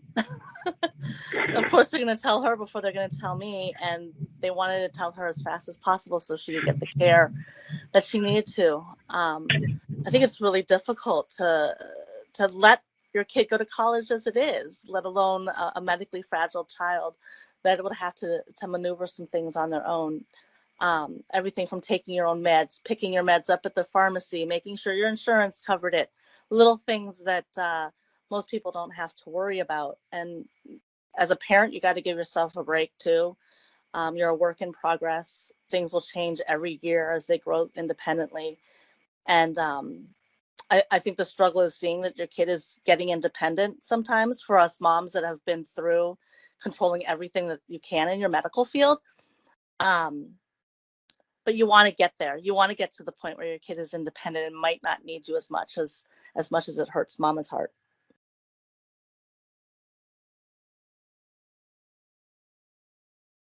So I also want to ask, Dr. Yeager, we get this question a lot. I know every hospital is different, every oncology department is different, but a lot of people say, you know, I was given the option to go to the James at a certain age, and other people say I was never given an option. I've always stayed at, you know, Nationwide or Cincinnati or here and there. So what is the general guideline, or does it really honestly vary based on cancer? How long can one of your patients stay with you?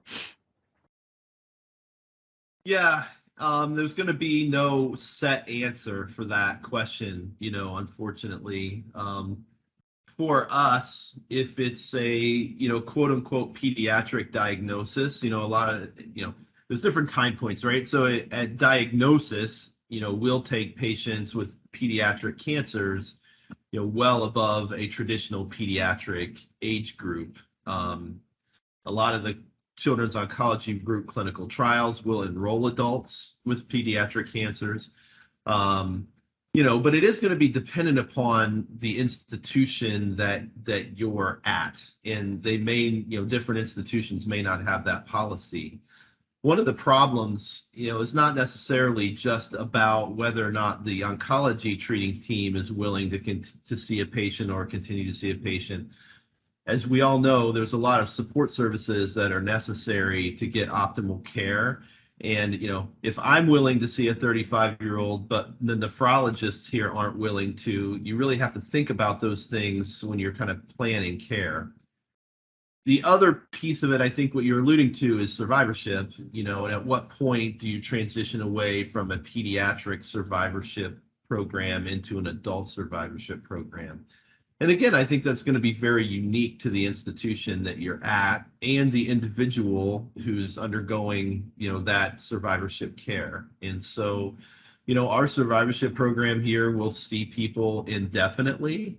However, you know, when we do identify issues and do identify problems, it's a little bit more difficult to plug, you know, into adult subspecialists than perhaps it would be if you were seen in an adult facility. And so I think, you know, there should be some sort of transitional process that you can talk to your team about, or an identified, you know, adult survivorship. You know, obviously we're fortunate in Columbus to have the James, but not every place is gonna have those resources either. And so, yeah, there's not really a one size fits all program. And I think, you know, it's important to just, from the survivorship perspective, as you come off of therapy, talk to your treatment team about what that process is going to look like as you become an adult.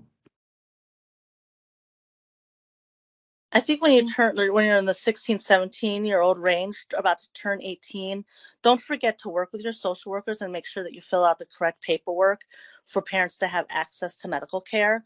If you wait till you're 18 to do it, it's a lot tougher and the kid has to do a lot more. So work with your social worker, your nurse, your child life specialist to get all that put in place. That's a great point, Bunny. And I even know at the state level with our Children with Medical Handicaps program, when they turn 18, unfortunately, we can no longer take calls from, their guardians. We have to speak to them. We do have a consent release form where the teen can sign off and say, yes, you can talk to so and so and so and so. But, in the heat of the moment, when they call us in a crisis and struggle, and all of a sudden we're saying, we're so sorry, we cannot give you that information. We need a signature first.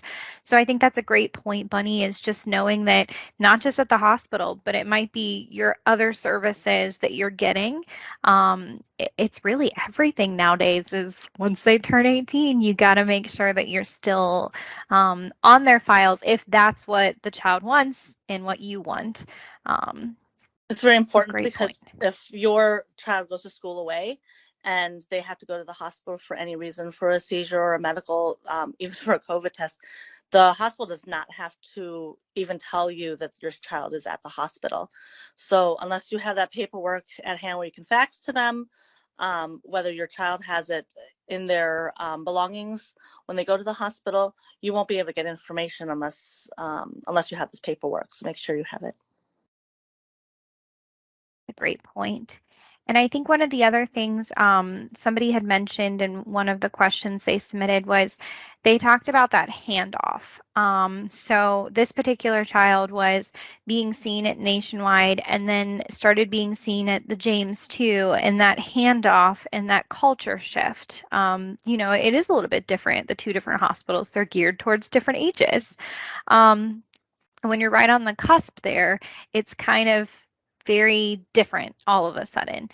So do you have individuals like Dr. Yeager or Samantha, when you have a child that, is going to make that transition to the other hospital because of maybe the specialists that they also need that will not be able to see them at Children's, is there someone that helps navigate that process?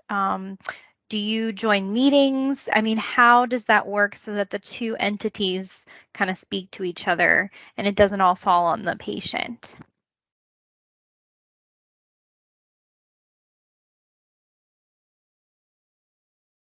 Go ahead, Sam. Okay, I can start. So there is, at least at the James, obviously it's very big and there isn't automatically the support resources that are available at Children's. So it is very important to be aware when someone's coming over from Children's if they are wanting that kind of supportive navigation. So my full-time role is sort of being a navigator to make sure those patients are connected to the right services. So their oncologist at the James would place ambulatory referral to adolescent and young adult oncology care. And I don't know that it's as formal, but yes, we do talk. I know Dr. Yeager well and Tammy at NCH. When there are patients that are going back and forth, we obviously want the patient to have the best continuity. If the patient arrives at the James and doesn't feel like that's happening automatically, the best thing to do is to ask their oncologist for the young adult specific referral so we can make sure that it's not just their primary treatment team they're seeing, that they are also very connected with supportive care here at the James. I don't know if that answers. Yeah, I think it works pretty well with if we're going from like cancer to cancer, right? So obviously the radiation referrals are pretty well established. If I'm sending somebody over for a sarcoma clinical trial, that works pretty well because there's established, roads of communication. I think it does get a little difficult sometimes if we're going outside of those kind of established pathways. And so if we're trying to get somebody into cardiology or nephrology or some of the other support services, where there's not a SAM, that we can just kind of just call to help facilitate and grease those wheels, so to speak. So I would be hesitant to say that in those situations it works perfectly because we've certainly had some things slip through the cracks, which is unfortunate.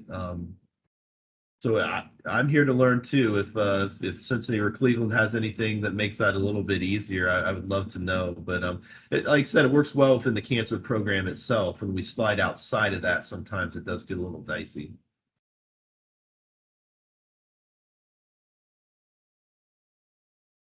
Naomi or Jana, I think Dr. Yeager put you guys on the spot too. Do you do you guys have any other comments on that, or have seen any particular navigators, or I know Jana, you're in the social work space. Do social workers also help with that process? Yeah, we can, but I will say here we're pretty self-contained. So as far as, just going from like cancer treatment, I'm not sure what the James is. Is that like a survivorship? What is? It's a big adult oncology hospital here in Columbus. It's the Ohio State Oncology Hospital. Yep. Okay. Yeah. So with that kind of transition, we pretty much keep it contained in all in one. So really our transition process is more about kind of what we were talking about before, just transitioning age-wise into more independence when you turn 18, as opposed to from facility to facility at this point. And we have a survivorship program within, again, just kind of contained in our program. So we really do kind of see that the whole continuum from them starting in treatment and then going through survivorship. So yeah, our transition type thing is focused more on independence. But yeah, I mean, social work definitely helps with that. We do have an AYA team that helps with some of that too. So yeah. I don't think I have anything else significant to add, really. I think our system's probably a little bit more similar to what Jana's describing. And yeah, it's so I think I think that's always a challenge, especially with our patients needing multiple subspecialties and some of that coordination. I think it's real important that this discussion, this last question has kind of put everybody, it feels like everyone's heart is heavy that we could do better. We should be doing better. I wish there were more answers. I don't know if there's some way where we can mind meld to see how it could be better and what families need, because the transition is a really difficult one as it is. And as we know, when our kids get cancer down the line, they're going to have other issues. So maybe this is a place of opportunity to take this summit and actually find some actionable things to do. So next year's answer is like, hey, here's a resource that we know. This is a system that works for us. Can I ask you guys of that? I will add Team Cancer America. I don't know if you've heard of that organization, but they work quite a bit. And I know this is something that comes up across the country, not just in the state of Ohio, and that we are actively working on this transition for young adults. So that also might be a nice thing to look at as they look at how pediatric and adult hospitals can work together. And I will say, from a state level, transition is actually our 5-year block grant, one of our big projects. And we're not just working on it with cancer, obviously, it's all diagnoses, because, some diagnoses might have an oiled machine and other diagnoses might not. And so we're trying to learn from all the different hospitals and pieces. And then additionally, other states. There are some national resources like gottransitions.org. I know Family to Family does they have a transition boot camp where they have families come and teens come, and they really hand you a ton of information and a ton of different tools to really try to empower and understand the process. There are also other groups and nonprofits out there that will specifically help and let you kind of educate you on knowing your rights as a parent, the teen knowing their rights. But honestly, I think one of the big things is just in general, the state and the Ohio Department of Health really has this huge team, a block grant group that comes together, and we're looking at medical transition and non-medical transition. There's also a group called Employment First Task Force, where we're all tasked to look at that transition age and really try to support individuals as they kind of grow into the community and make sure they have jobs and wonderful, spots in the community and all the services they need. And so I hope, Bunny, next year we'll be able to share even more about that, and perhaps that might be something we showcase. But I do thank you, and I love to hear that, Dr. Yeager and Samantha, you guys know each other and you partner and you work, because I think that is the thing that's so reassuring to families that are kind of creeping up on that timeline. Is it's like, oh no, I'm going to have to leave Dr. Yeager, or, you know what I mean? I don't know anybody at the James, or I don't know anybody in the survivorship clinic. And I just went through this with my daughter where, she's labeled a survivor now, and I'm like, now what? Like, I don't want to leave, Dr. Roberts or this and that, because they're your safety blanket. So I love that, you guys mentioned that it's not a cold drop and that you're really trying to move the families along. And if it's not working for whatever reason, let your team know and just let them know your concerns is what I'm hearing. So thank you guys so much. And I know Tammy in the chat has been putting some great things too. And a few other people added resources. So again, thank you guys so much for being on with us today. This is such a hard topic to talk about because there's so many things involved. So I appreciate you guys all trying to tackle it. And Bunny, thank you again for moderating. You did an incredible job. And I just am so thankful for all of you. All right. Well, after this, you guys all get a break. So we are going to move into our break next, and we will kind of regroup and see each other around 12:40.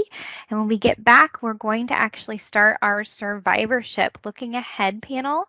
And then I will tell you after that, we have the most incredible warrior moment coming up with a video from one of our young adults, our teens. And it is just gets me every time. I cry every time I see it. So I am excited to show you guys his wonderful words. We'll see you soon. All right. Welcome back, everyone. We're going to, as we get our next speaker set up, we're going to actually, and a lot of you come back from your break, we're going to go to a Did You Know? So our Did You Know for this time is now 2/3 of childhood cancer patients will have chronic health conditions as a result of their treatment toxicity, with 1/4 being classified as severe to life-threatening. So do you think that is A, true, or B, false? And you can put that in the chat for us while we get everything set up. And I see also in the chat has been dropped our Title V action plan that we actually mentioned in our last session. I called it our block grant groups. That is what we also call. And that is heavily focusing on transition this year. So if anybody wants to look over some of those strategies and objectives, feel free. If you have any questions, you can definitely reach out to, it looks like Kim put her information there, or myself, and we'll be happy to connect you or get you involved. And I'm seeing some A's in the chat. So I'll give everybody just another minute as our speakers jump on here. Wonderful. Lots of A's. You guys are so correct. The answer, unfortunately, is true. So about 2/3 of childhood cancer patients will have chronic health conditions as a result of the treatment that they got while they were enduring their cancer. And 1/4 of them will be classified as severe and life-threatening.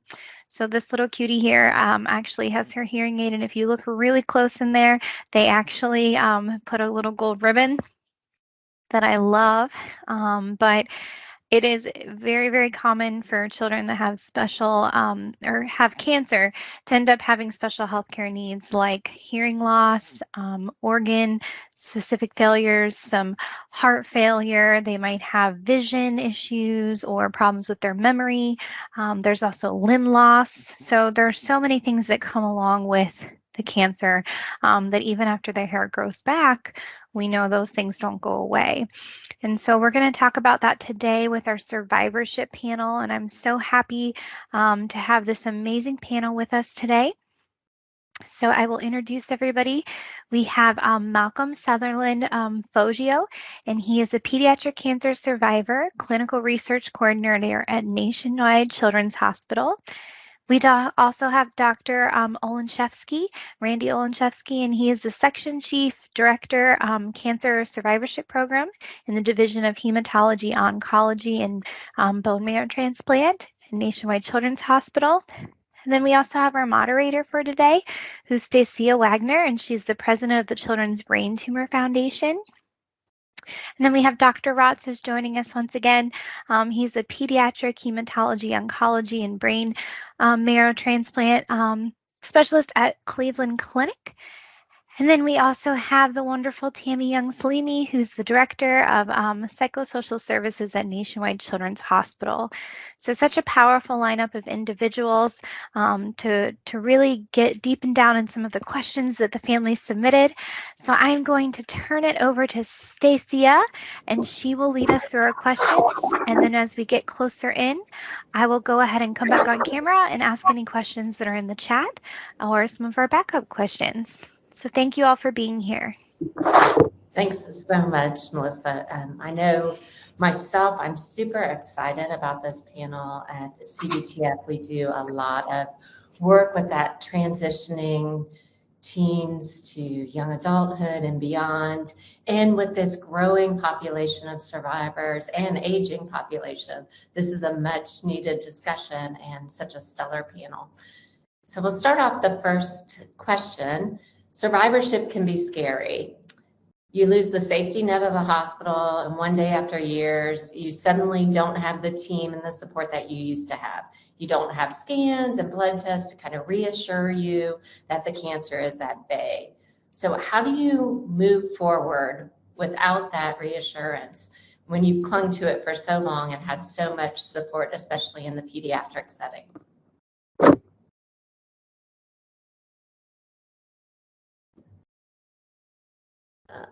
Let's see. Well, I can start it. You. I don't mind starting it.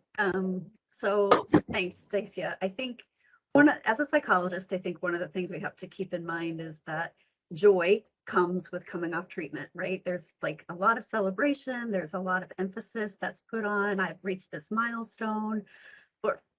But as you know, as families, there's a mixed feeling in that. So there's a lot of anxiety and fear that comes with that. And knowing that the literature supports that, we hear it from not only the families directly, but it's supported across the national stage as well, is that we know that coming off treatment is not necessarily always met with a bunch of joy.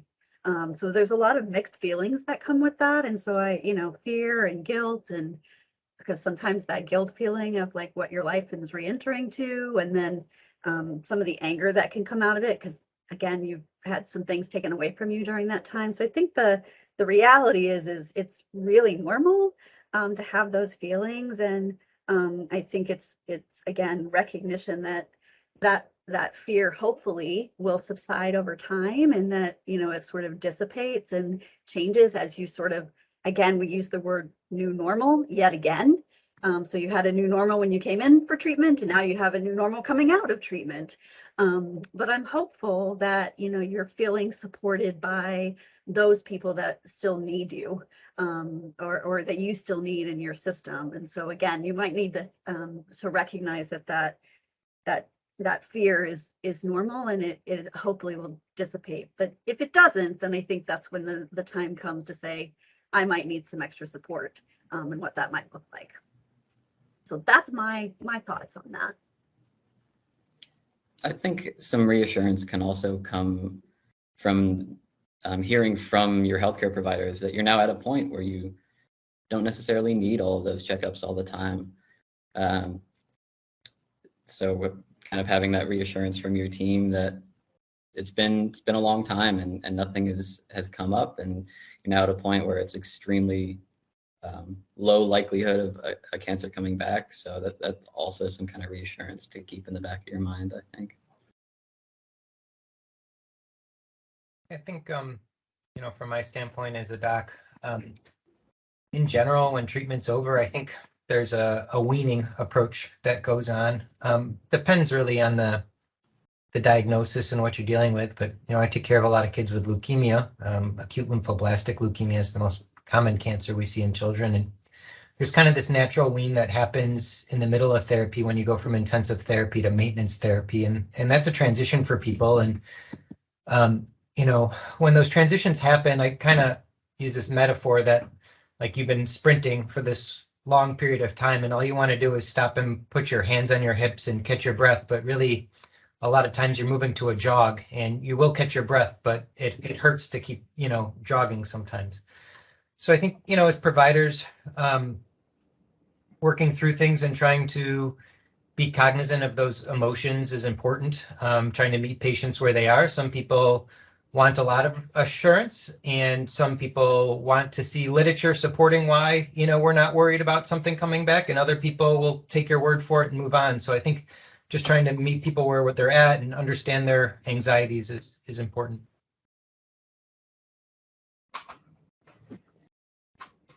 I think that those are such good points, and Seth, you're so right that no matter what, taking away that fear that parents feel when they come in, even after years, just acknowledging it and giving them permission to have those fears is so important. And that kind of leads into the next question, to Malcolm's point, where you start to feel kind of safe about your previous diagnosis and in a good spot. But then there's the late effects and kind of practicing preventative health about all of that. So late effects that may happen years after treatment is done. How do you stay aware of potential late effects? And what information if you're not attending a late effects clinic, or even if you are, how do you make your primary care physician aware of late effects and the tests that you may need? I think one of the ways that we can help survivors in this area has to do with education early on. And from my perspective, survivorship really starts on day one, as Seth mentioned, and you start educating early, even though you're going to be focusing on maybe monthly visits. You can identify potential late effects that they may have, but you can also reassure them early on based on how they were treated. There are many areas of the body that won't be impacted by what they've gone through. I think some survivors feel that every cell in their body is going to fall apart after they've received chemo or radiation therapy, and we just know that's not true. And then just to reinforce over and over again that the late effects do happen. I would argue a little bit with the first slide. I think that's relatively old data, that 2/3 of those patients are going to be impacted to a great degree, but newer data would suggest that number is going down in the more recent publications. So just, again, be positive and reassure them that things could happen, but statistically, they remain rare events. Randy, I think pointing out some of the resources that exist for parents is something I would shout out a little bit too, like the Passport for Care initiatives and the COG, the Children's Oncology Group survivorship guidelines. And some of those things are just really handy for parents to be able to have access to. And I think just from that lens to be ensure that those resources are tapped and utilized and that you can do that. I know it's just really important to show that there are places for parents to gain some of that information to be able to then hand off to their PCPs or whatever if they're not involved in some survivorship programming. Hopefully people are, though, because I do think there's value in that as I sit in that space, as Dr. Olszewski, as Dr. Rott sits in that space. But I think another thing that I think about is that anticipatory guidance that we should be providing, as Randy referenced it, and I call it anticipatory guidance. It's along the trajectory of your path. We should be helping you along that way, all along, not just at the beginning, not just at the middle, not just at the end, but it's really along the trajectory. And I think about that for not only medical late effects, but psychosocial late effects. And again, thinking like, how can we improve your awareness of what to be looking for and those practical tips, so that feels a little less, blunt at the end. Yeah, I think, my goal in our survivorship clinic in general, when kids reach the appropriate age, is really to try to empower them to understand their health risks so that, once they're out on their own, they know what they need to know. I think, for most primary care physicians, taking care of childhood cancer survivors is not their bread and butter. So I think it's really important that we empower survivors to advocate for themselves and let them know that it's okay to advocate for themselves. And I also don't always do the best job of it, but I try to do to make sure that as we get closer to kids kind of finishing up high school, no matter what the next step is for them, that we're spending a little bit more time going over the things, so that, once they are out on their own, whatever the next step in their life is, that they feel like they have some of the most critical information, as things come up. Malcolm, Yeah, anything? I think that's key, in terms of as they get older, that the beginning to impart upon them that the ownership of their health is really theirs. Oftentimes in pediatrics, there's other people in the room in survivorship visits, and their parents, and parents will do a lot of the talking, and the adolescent will do very little of it. But it's important to engage them during that time period to make sure they have at least a basic understanding of why they were pulled out of school that day and why they were brought to clinic. Yeah, I would reiterate how important it is to involve the patient as well. Even from, I don't think there's an age that's necessarily too young to involve the kids, because personally, like, my medical history is now extremely complex. And going off to college and now being an adult, which feels strange to say, but it's daunting to have such a complex medical history and feel like I have to, and I've been moving around feeling like I have to explain it all over again to each new doctor that I meet. So it's very important to have that early education of what these late effects might be, making sure everyone's involved and understanding about when things might occur. We don't want anything to be a surprise when it comes around. So involving everybody, I think, is just extremely important, not only with survivorship, but with all aspects of care. Yeah, that's a really great point. And I think at CBTF, we do a lot of assisting survivors in how you disclose in different situations, because it can be so uncomfortable. And Malcolm, to your point, you feel like you're constantly retelling the same story. But so many teens don't even know what their diagnosis is, because they're so used to their parents giving that information, and how important it is to teach them to be their own advocates. And Randy, your point about focusing on what isn't impacted, I know for so many of the brain tumor survivors, it can feel so overwhelming, as if every part of their body has been impacted. So that was such a great way to put it, and kind of be thinking about there are some things that weren't impacted, and keeping focus on that. The next question is, are there any Ohio-based childhood cancer survivor groups? When we stop treatment and maintenance, we now feel disconnected from the community and just feel like I'm not sure what to do with my life because this was such a huge part of who I was. And I will say, I know Children's Brain Tumor Foundation, in addition to our online programs, we are building programs in Ohio because part of what is so important is that community piece. And there's nothing more powerful than being around other people who have shared that journey. So would love to hear other resources, Tammy. Yeah, I think formalized support groups are one thing.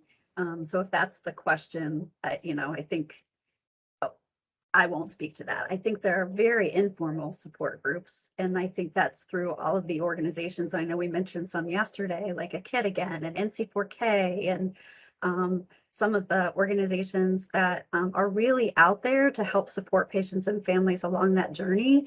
And I do know, sometimes some of those organizations stop when they're off treatment, but some don't. And so I think it's really important to stay connected with the things that you have been connected with along your journey, and if that's supportive to you. So I think that's really important. There definitely are some online, COVID threw a link, in everyone's world, but what it did also open up is some more opportunity for some more online peer support groups. And so I do think there are some of those, and I think we can shout out to Momcology does some really nice ones. I think the Leukemia Lymphoma Society does as well. So again, I think it's really honing in on like, what do you need? And what is out there that sort of fits that need for you? Because I don't think any one of those is going to fit for all. Yeah, I think I would view that question as a call to action if people had the time and energy to for an Ohio-based cancer survivorship network, childhood cancer survivorship network. It's in other areas, when we're talking about active research for on-therapy patients, everything is much better tied in between institutions through the national cooperative groups. When it comes to survivorship, we have guidelines. We just don't have a strong network. And maybe the younger folks coming later can tackle that daunting task. I think it's interesting because it was brought up in the last session for those, about that transition period and how transitions between medical sites. So I like the 2 call to actions already. And so I'm all in. There is, yeah, I totally agree with everybody. There is a group that I referred a couple of patients to.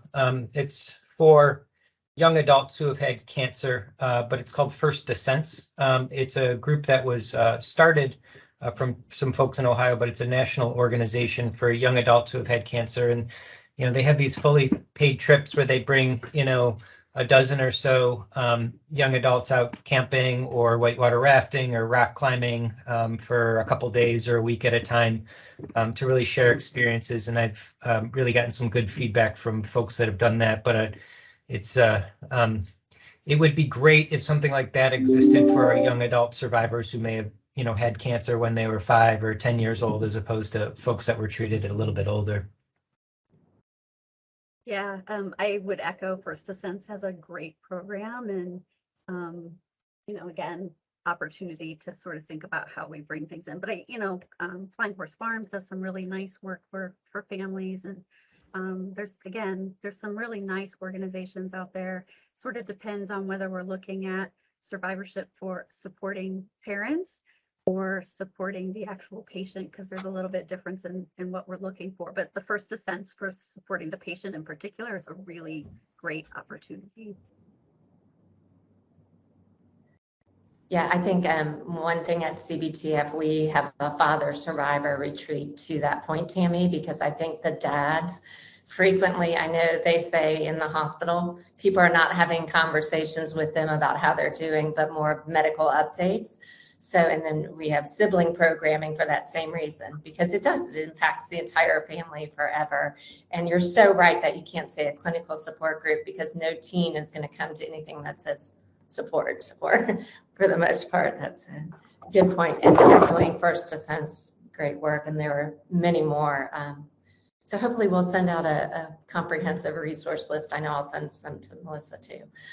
Okay, and anyone who can answer this should be writing a book, and it would be a bestseller.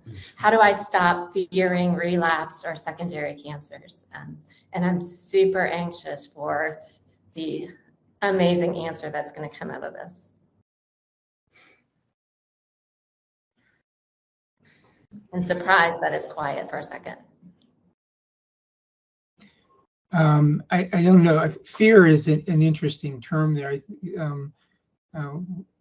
We know there's a lot of concern and among families about that. I think from our part as providers, we can never take that 100% away, but we can, again, through education, really highlight the rarity of some of these things happening. And the other part of that is, again, more education. Is just like any cancer in the world, and the first-time cancers, early detection is key, and in terms of outcomes in many cases. And so education and letting them know when they should call and when they should have a concern, picking things up early is important.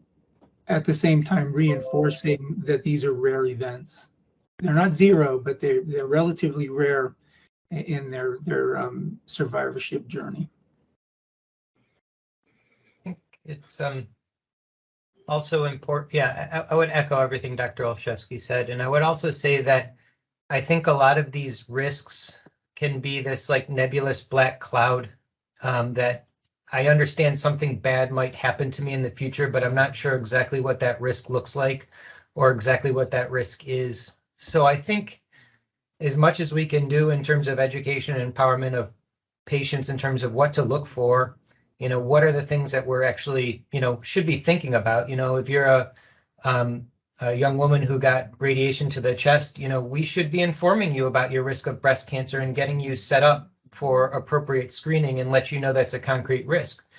But if you got radiation to your chest, we also need to let you know that you don't have an increased risk for colon cancer, you don't have an increased risk for brain cancer, and there are certain things that you can do to take control of that risk of breast cancer, or whatever the case may be, and certain things that you don't really have to worry about. So I think it kind of goes to that education and empowerment thing. And then I think there's a couple other things, with our survivorship guidelines. We have pretty clear guidelines for some things, like for women that got radiation to the chest, but we also have a lot of things that where kind of shared decision making is recommended. So for example, something like the risk of thyroid cancer, where nobody's quite sure, should we be getting imaging for thyroid cancer or not?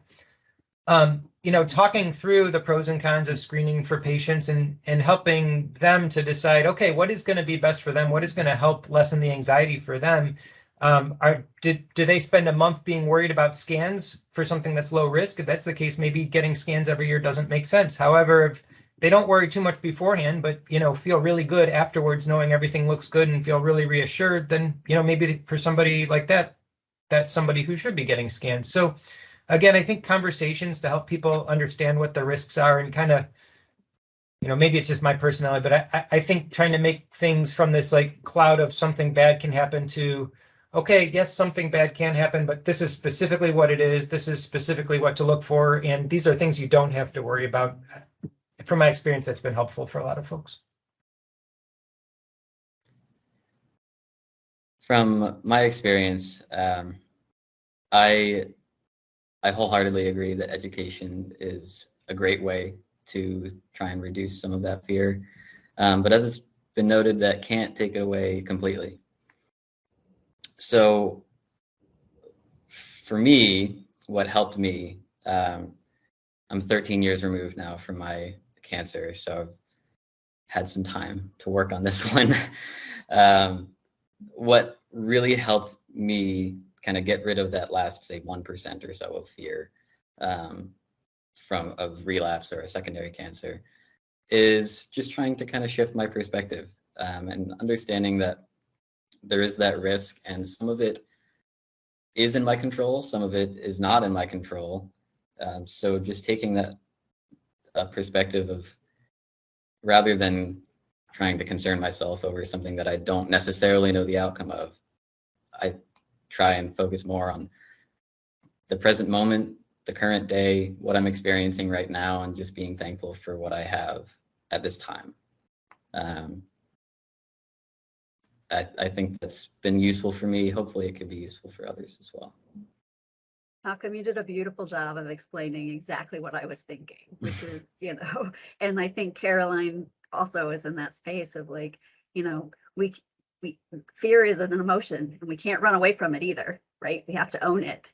But when it comes to that fear making every decision and leading us down a pathway that's gonna make us hide away or not avoid, or I think that's when you start to say, I've got to get someone help me do this, but again, I think you did a very nice job of articulating, like, over time, that you got to figure out where you can manage that. And if you need help managing it, it is okay, because guess what? Lots of us need help managing it. And if we just didn't live through a pandemic that we're still continuing to live through and didn't teach you that it's really hard to deal with anxiety and fear, I'm sorry, you missed it. That's a good point. And Malcolm, I wrote those words down because I know sometimes when you're bringing a lot of survivors together for different events and then they hear somebody had a recurrence, right away they go to, is this going to happen to me? And kind of what's in your control and what's out of your control, so important. Okay, when and how do I share about my childhood cancer diagnosis with future dating partners? I'll take this one. I think it's up to you. I think it varies from person to person, and I also would say that it's kind of like anything else you might share with a future dating partner. If it's a big part of your identity, I would probably say maybe that's something you lead with.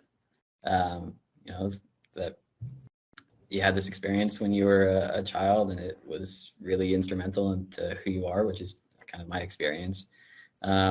Or if it's something that you're maybe trying to distance yourself with, you don't necessarily have to share it if you don't want to.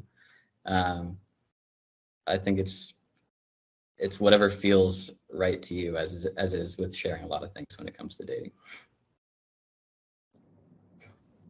I echo that, Malcolm, and I also think about it as why is it important to share it? Again, it goes back to if it's meaningful to you, why is it important? What you're hoping to have the response be, because you want to make sure that you have a realistic expectation around sort of not everyone is as empathetic as others, right? And so really being in that space around what's your story and why you're telling it and what's important for you to get from that. And I think that's I would echo, that's about everything that we do, right? Any sort of experience that we have. But I do think it's really important to set the tone about like both places, because again, not everyone is as empathetic as others, or have the same sort of sensitivity around the issue. So it's an individual basis. Just I want to add one thing to the question too, and I think we do a lot of practice with how do you not share too much, because there are people who will say, well, on day one, and that's true with any personal information we share when we're dating, and how do you get comfortable with the responses that you may get, because like you said, Tammy, there are people who will just run from that. I want to add to the question, because this comes up in the brain tumor world a lot. If there's something about your appearance that's different and you don't want to share, how do you handle that? And I'm just putting it out there if nobody has a comment. I know frequently people say, is it easier if there's something visible or not visible? But just wanted to hear your thoughts on that.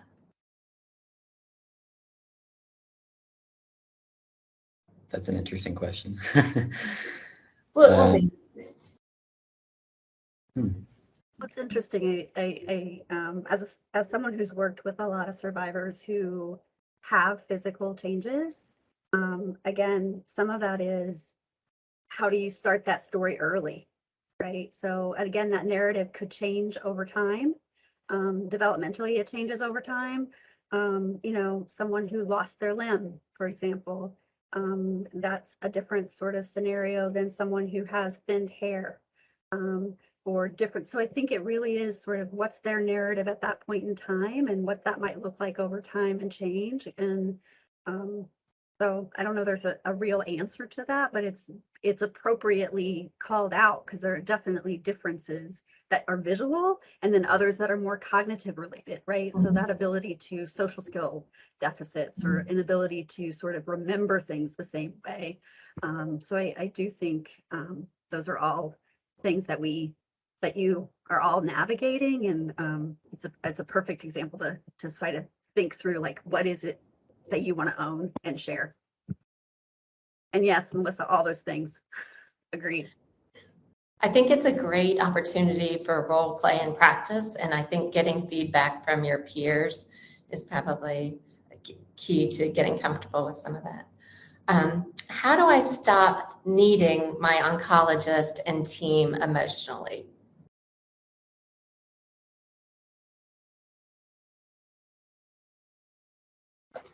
I think that's especially true as people transition out of pediatrics, because I know the feel is much different when you move into the adult world.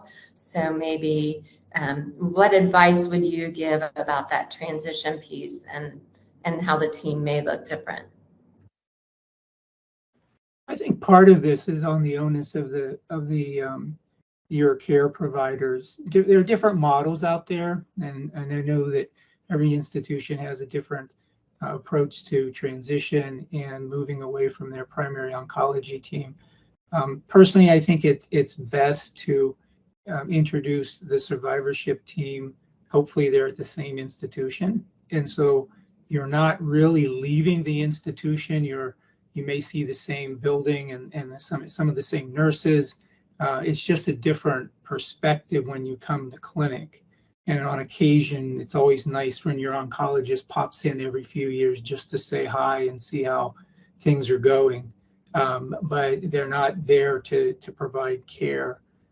It's harder when the oncology team is the only team at that institution and the transition occurs outside and you're sent to an adult-only institution. I'm sure that's a little harder.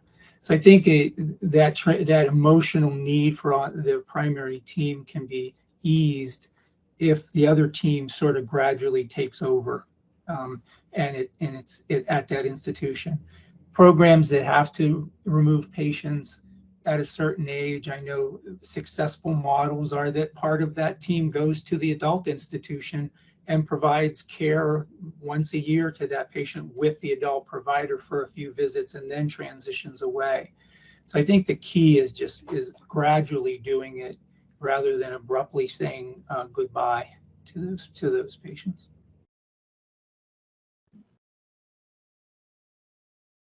I would probably say, just from an emotional standpoint, that they're part, I echo, they become part of your family, right? These people are the people, and whether that means you're going on to survivorship or even at the end of life, right? So I think these are your family members, and that transition is really, really difficult. So we need to own it, right? We need to own that's difficult. And again, I always talk about, like, how do we anticipatory guide you through that? Like, we know this is going to be challenging. Like, we know this might be really hard for you, or I feel it already, so, tell me more about how you're feeling about moving on into the next phase or not being able to see us as much. So you're really asking those questions so that you can get to the place of how you sort of do that handoff. So I guess that I don't know that it will ever really stop the emotion. But I think Randy is right in thinking about, like, what are some other ways that we can do that that would be easier. Those are great suggestions to providers to just ask the question and see where people are at. How do I relate to or connect to my peers when I've missed so much? And I think sometimes it's not only missing, but it's losing some of the abilities that you had before, or the person you thought you were going to be, baseball player, but any of that.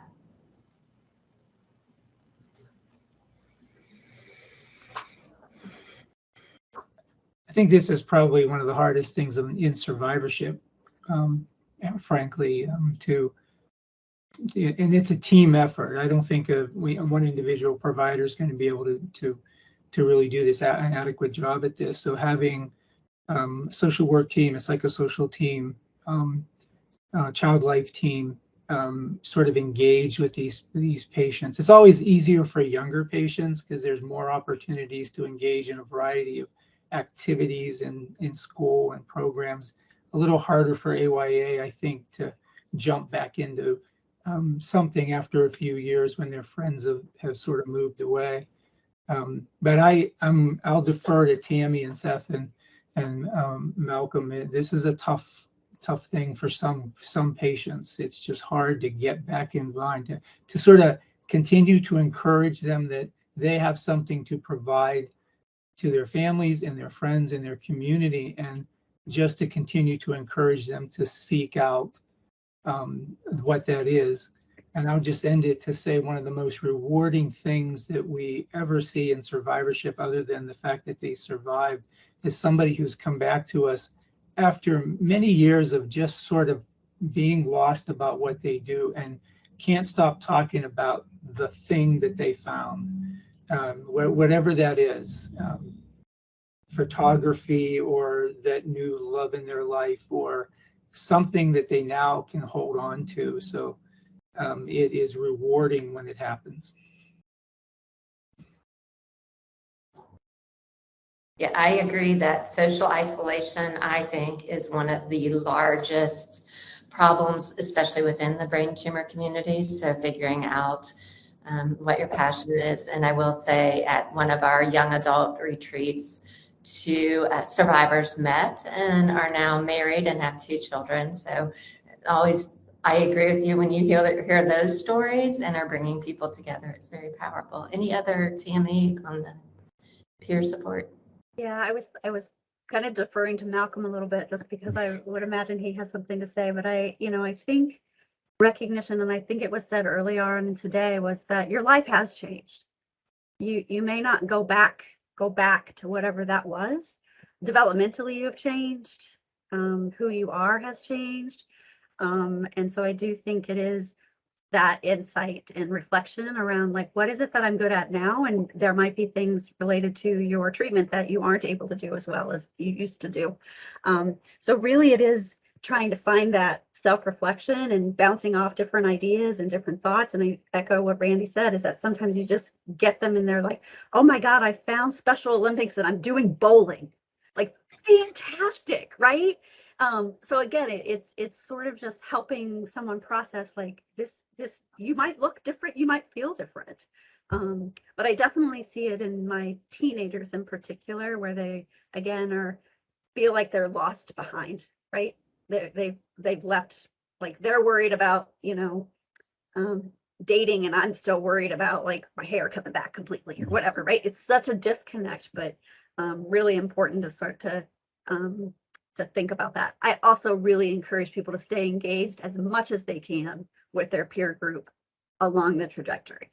It's not everyone, but there's a core group of people that are probably your friends that are always going to be your friends.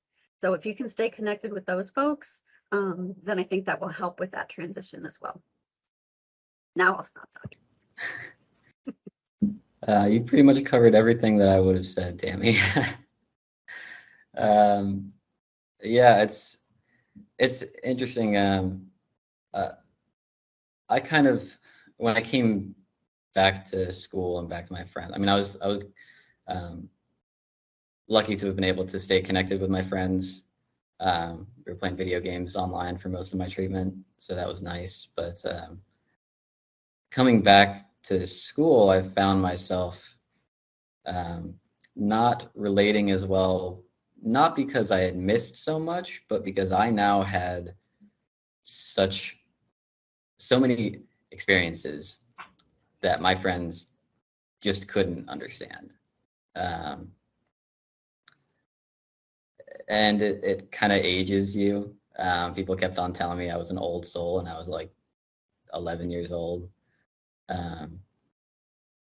So it's challenging, but I would reiterate what Tammy said about just like trying to find new things that you're passionate about. Whether that's, I've just this summer found myself that I can't play contact sports anymore, but now I've found out that I can rock climb, and I've found a community through that. And I think that's just finding new things to be excited about. Because I mean, life as a whole is a series of transitions, and having gone through this experience, you're now an entirely new person. So just trying to find that identity in the best way you can. But it's challenging. It certainly is. But it all works out eventually. I think our role as a community is just to normalize those things and let people know that it is challenging, and it's not going to be all of a sudden back to normal, and things are going to be different no matter what. And I think things are also, we probably as a group don't do as good of a job as we should, but these transitions also exist for parents and siblings too, right? Like when you go from the caregiver of a sick child to the caregiver of a teenager, like what that looks like and how you relate to your peers as a parent and whatnot can change too.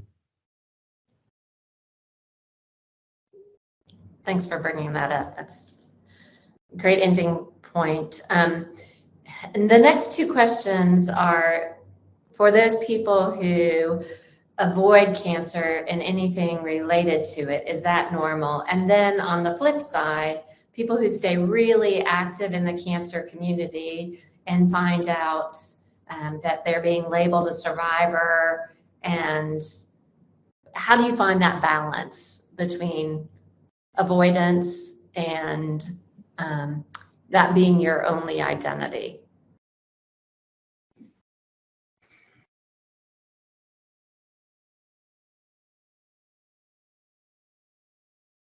I have a bit of a unique experience. I started a nonprofit about 2 months after I finished my treatment, so I was just all in on being in the cancer community and trying to advocate for research funding and policy changes. So I was swimming in it for like 10 years. And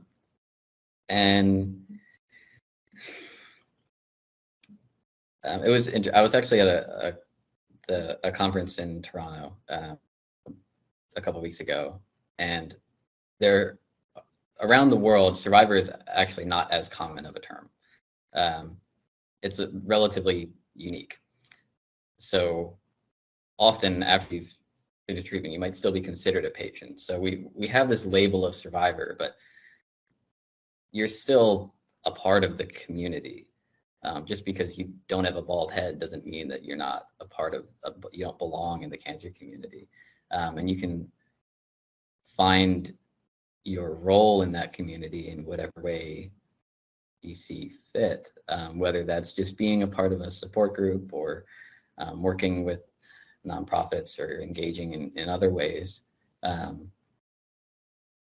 It's certainly okay to kind of feel that, I don't know if imposter syndrome is the right word, but sort of like I get it, being a survivor, you're certainly removed. And now that I'm 13 years removed, I probably don't remember quite as well what it's like to really be experiencing cancer treatment.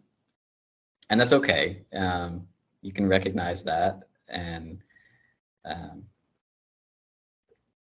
I think it's also extremely normal to try and avoid it as much as you can, to want to have nothing to do with cancer. I have plenty of friends that are like that,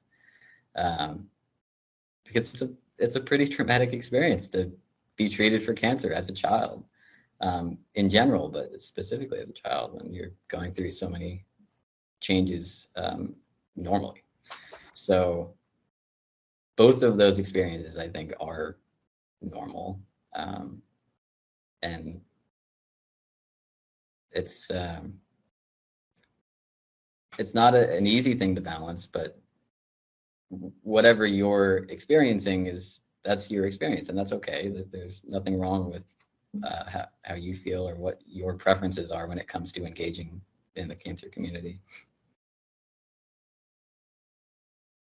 Beautifully said, Malcolm. I actually have a follow-up question for you, because I think the audience is probably good to know, like, what you as a patient, but then what do you think your parents were? Where do you think they sat? Because I think that's the difference sometimes that we note, is that some kids are in a very different bucket than their parents are in that bucket.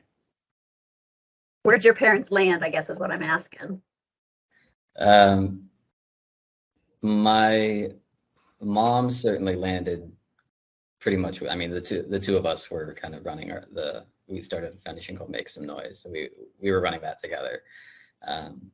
So we were both extremely active. I mean, she remained very active, working with CAC2.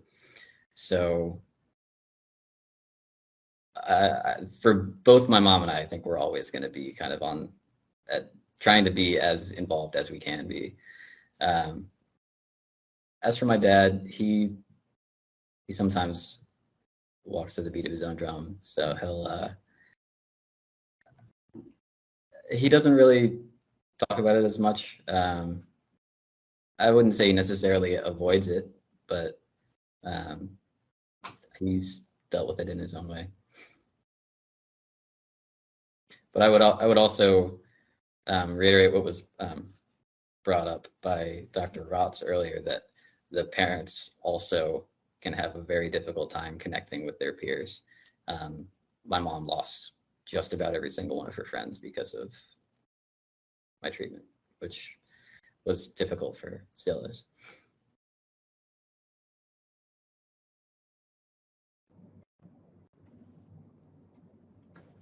Any additional, Malcolm? I know it looks like we have a question, but your charity, do you want to talk a little about that? Sure.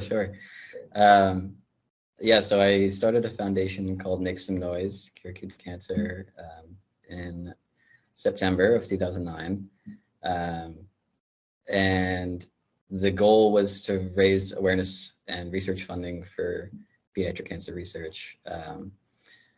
And we were very successful. Unfortunately, we've kind of been on a pause pretty much since I got into college, because I've been busy and we had some family issues we were kind of working through. So been kind of on a hold in a holding pattern, but we're trying to get ourselves back on track. But we raised $2 million by the time I was 18 for translational research that we tried to fund across the country. And we also started a project called the National Angel Quilt, which is a memory quilt for children that have passed and earned their angel wings, where we have these panels and families send us their favorite picture of their child. We print it out and onto fabric and send them a panel with some fabric markers. They get to decorate it however they like, and we sew it into the quilt. It's my favorite project that we've done. So that's a little bit about the foundation. That's amazing, first of all. And I think Melissa looks like there's some questions, but thank you for all of you for the passion, expertise, and difference that you're making. I didn't know if we only have about 30 minutes. Melissa, if there was a question in the audience, and I know a question just came up in our parent group too. No, I was just looking over. I believe the question was a mistake, but we did share your nonprofit link in the chat if people just wanted to kind of look over and learn more and keep that around as you guys gear back up. But I honestly can't thank you all enough for the wonderful panel. Incredible job. I know none of these questions were easy. None of them had straightforward answers. But, you know, these are the things that run through our brains. I mean, these are the things that we constantly think about and worry about and being able to have you guys acknowledge them, and not only that, but offer some insight and resources is incredible. I do see we do have very quickly, Carolyn says, how do survivors who are 20 plus years out find out what may have changed in research for late effects? And that's a great point. Let's see. Would any of you like to field that one? Yeah, it's I think it's pretty tough because, you know, one of the things we mentioned here is how many different survivorship care models are out there. I think one place to go, depending on how comfortable you feel doing it, is going to survivorshipguidelines.org. That has the COG updated guidelines. If you're somebody that feels like, you know, feels comfortable going through things yourself and seeing how things have changed, there is physician and, you know, parent, patient level guidance there that can be helpful if you want to do things on your own. I think, you know, because there's different models at different centers, just calling where you were treated, even if it was 20 years ago, they can give you an idea of who the best person to talk to would be in your area. Sometimes that might be the pediatric center if they're able to see you. Sometimes they might know somebody, you know, on the adult side who might be helpful. And then lastly, not to be an advertisement, but you know, I also see folks that are older adults. I'll see people of all ages in my clinic. So if you want to email me, we can set up a time too.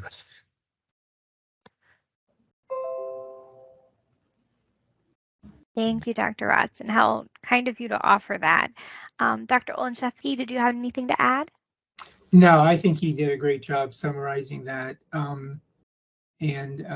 Just sort of start with your treatment facility and the survivorship team. And we field dozens of calls a year from survivors as old as 50 and 60 years old. That's great, right? Because they're now approaching the same age as we are as providers, but they have questions about something that happened 20 years ago and 30 years ago, and can it be tied to what they're experiencing in their life right now? And so our team will do their best to, if they can answer the question, we'll definitely steer them in a direction where they can get that question answered. Thank you. Anybody else have any parting comments? No. And I do just want to do a little plug. Last year, Dr. Rotz kind of did our survivorship presentation, and he kind of high level talked about also letting survivors know that if you are years out now, you might have different fertility options. So really, when we're talking about, as Carolyn said in the chat, you know, how can we get updated information? And I remember when I had a call with Dr. Rotz, him just kind of saying some of the new technology and new things that are out there have really opened up a lot of doors and windows and things for families. So think about that too in the future is, you know, your health in general, including your fertility, might look different nowadays than maybe it did when you were diagnosed and young and first told about what your prospects were. So I don't know if you have anything to add to that, Dr. Rotz. I don't want to like plug it and then run. So Nothing to add. It's true. Okay. I mean, it may be true. It just depends on the person's circumstance. But yeah, there are things potentially out there. Yeah. Then I will put a plug in for the fertility team at Nationwide that it actually has a mechanism, and Tammy, you can correct me how wrong I am, but they have a mechanism for telehealth consultation. So that, and they provide this actually to adult cancer patients who don't have fertility options in their treating facility, so that they can at least talk through what the options would be. And so we're happy to put you in touch with that team and it doesn't, to my knowledge, it doesn't require a visit to a children's hospital. It's a telehealth approach. Yeah, and I think the plug, and I imagine Dr. Rotz is in the same space where if, we have a fertility specialist that comes to our survivorship clinic, and we've worked really hard, I think, across the the globe. In Ohio in particular, I think is probably better at this than some, where fertility is such an important aspect that it's getting talked about at the beginning of diagnosis. And so I think I would echo that. I know that that's happening across the state fairly consistently in the bigger children's hospitals. So I would echo, like, yes, there are options. So make sure you're reaching out. Wonderful. That's great to hear. So whatever your hospital you're closest to and you have, thoughts or questions, concerns, it sounds wonderful that there's even telehealth options, which kind of takes out that additional layer of awkwardness and it's one of over those traveling. silver linings of COVID is, we are able to do virtual visits, which are really nice for survivorship. Absolutely. So thank you guys all so much for being on. Each of you have such wonderful insight. I have the utmost respect for all of you. Thank you, Stacia, for moderating so well and adding in your insight.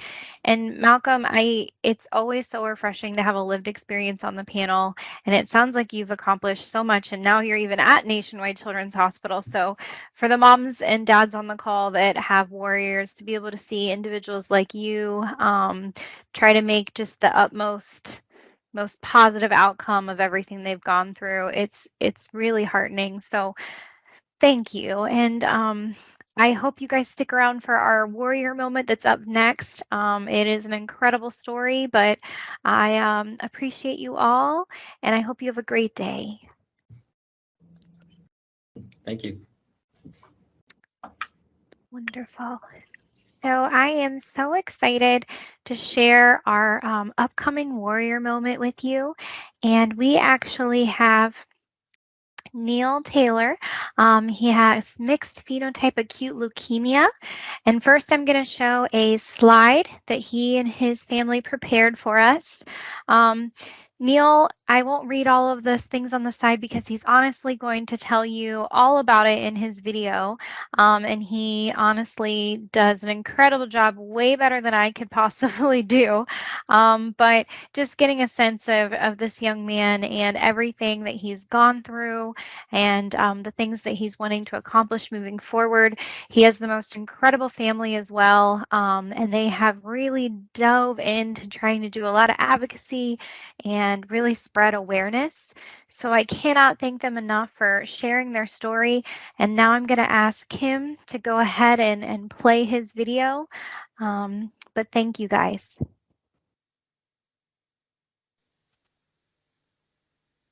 Hello, my name is Neil Taylor, and this is was my dog Max. I'm 16 years old, and I was diagnosed with a rare form of leukemia known as MPAL, or mixed phenotype acute leukemia. It is a mix between the types of leukemia of AML and ALL, and it's very rare.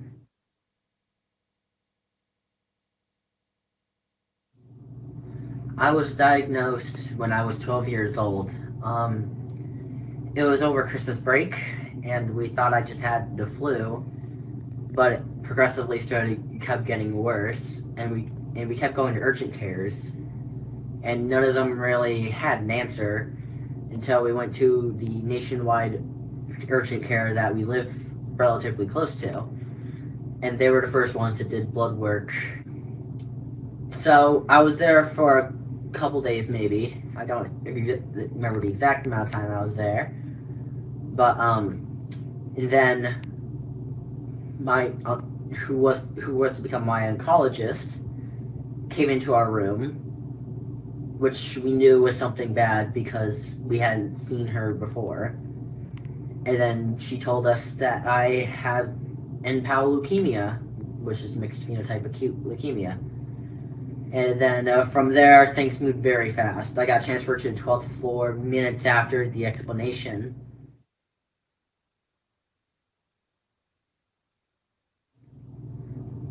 Treatment went on, and I had highs, mostly lows. But it was manageable. And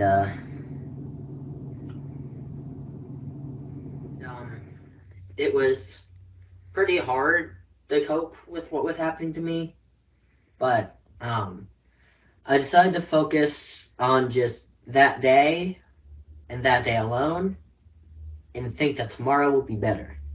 Because then I learned the hard way.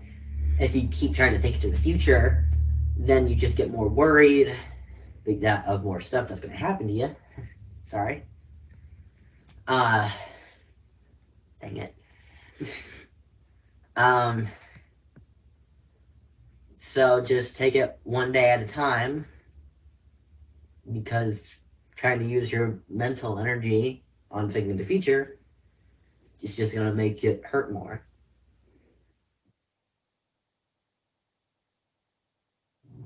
I had a lot of side effects during my treatment, and they were very bad. I lost my ability to walk very early on in the treatment, and there were periods of times that were weeks to a month long where I couldn't eat anything solid, and it was very hard. And I missed the entirety of middle school, basically because I was diagnosed in 6th grade right after Christmas break. And my side effects of treatment, they're very bad, as I'm pretty sure I said before. I had to be admitted to the ER a lot of times. Had to be admitted like 27 times, I think. And they kept getting, like, the side effects, they'd get worse before they get better, and it was painful, but thanks to the doctors and nurses, I'm here.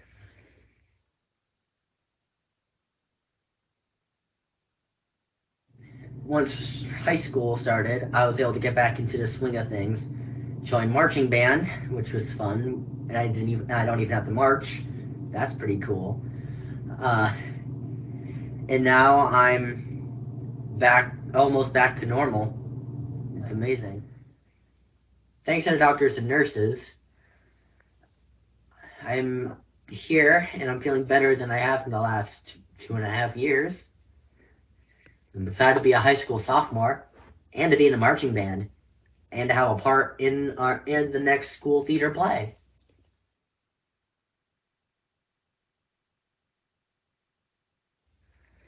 I'm in remission now, which is awesome. Now I only have to go in just for finger pokes for blood, just to make sure that it's gone. And so far, all of them come back negative. So that's pretty cool. I've started a thing called Neil's Meals, the legacy program that's under the Feel Better Foundation.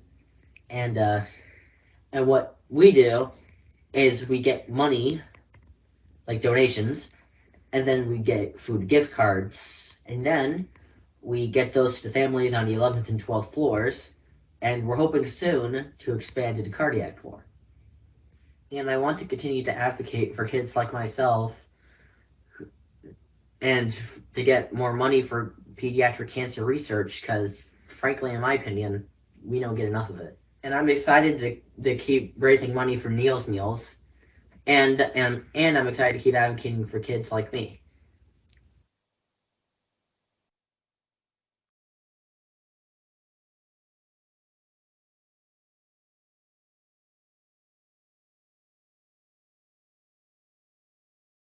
So I honestly said that we needed to save this video for the end of the summit, because what a powerful way to close today is to have this amazing young adult, this teen, share what it is really about. And I can tell you, when talking to Mom, Mom shared with me that he even told her, if I get emotional, keep going. And I just think that sums up who he is and how open he is to sharing his journey and his voice, and for this family as well. So I just want to say thank you to Neil, Kelly, and Benton for all of their hard work and trying to fight for their son and himself, and also all of the warriors. It is an honor to share your story. So thank you. Next step as we close out today, we have one last question. It's 80% of pediatric cancer patients are diagnosed late and with metastatic disease. And so I will tell you that according to some older data, that is correct. And we're hoping that number is getting better and increasing. But we do know, pediatric cancers can be hard, to notice. Nobody goes right to thinking that their child has cancer. I think Neil said it, Allie said it, a lot of them said, I thought I had a cold. I thought I had the flu. It's very common for families to not immediately go there and think this is a bigger problem. So it can be hard and it can take a while to get a diagnosis. So we are so thankful for all the medical providers out there that do go there and do take the necessary precautions to just check, just to run blood work or to do scans, because they're really honestly saving our children's lives, and we're so thankful for that. And I have to share also, if Kelly and Benton are on, there is a lot of people in the chat sharing their love for Neil, so that is wonderful. Just a reminder, we do have our upcoming webinars that we're going to be doing, and if you registered, and I'm sure most of you did to be on today, we do have your email address, so we'll be able to share you an update with a flyer and some hard dates to be able to join those webinars, and also know that those will be open to all children with special health care needs and their families, so you're welcome to share that in your spaces. And at your hospitals and organizations, or with other families and peers that that have children that have complex medical needs. And before we close out today, I cannot leave without again saying thank you to the amazing team of individuals that have worked so hard for years now to try to get this in the works, and then to get all of this, wonderful stuff placed into the state cancer plan, and then to actually start being able to check off and do those objectives and strategies. As I mentioned yesterday, we do have 9 strategies, and all 9 have been started. And it really takes a village, but it also takes all of you. So thank you for whenever we share things or whenever we push things out. Thank you for liking those things, for responding, and for passing them on for us. So there will be a lot of opportunities to continue to engage. If you missed the national update yesterday on some of the key pieces of legislation that are coming out for pediatric cancer, or any of our segments, we will be sending those out via email. Everything has been recorded. Just give us time to be able to edit and piece some of those things together so that they're smoother transition videos for you. We're also going to try to break them down a little bit so they're not so large and harder for you guys to be able to play. So as soon as we have those ready, we will be sharing those with you all via email, and then also placing them on our childhood cancer website. Right now, last year's summit videos are there, and so we will be adding to those. So thank you again. Please today, if you found anything super enlightening, if you remember any of the data points, or you just want to share and say you attended, it really goes a long way. And our team honestly enjoys seeing your feedback and seeing that hashtag Ohio Fights Childhood Cancer across the different social media platforms. So thank you. And again, please remember this month, even though they're about halfway through, is Childhood Cancer Awareness Month. So wear gold. It is the color. Do something to honor a warrior family. Just make some noise in honor of Malcolm's nonprofit. I love the name of that. So I will stick around for a little bit longer if anybody has any questions or comments. Our team will be on for a little bit longer, but we hope you have a wonderful, wonderful weekend. And I'm excited we got you guys out of here a little bit early too. So have a great day, and thank you for joining us.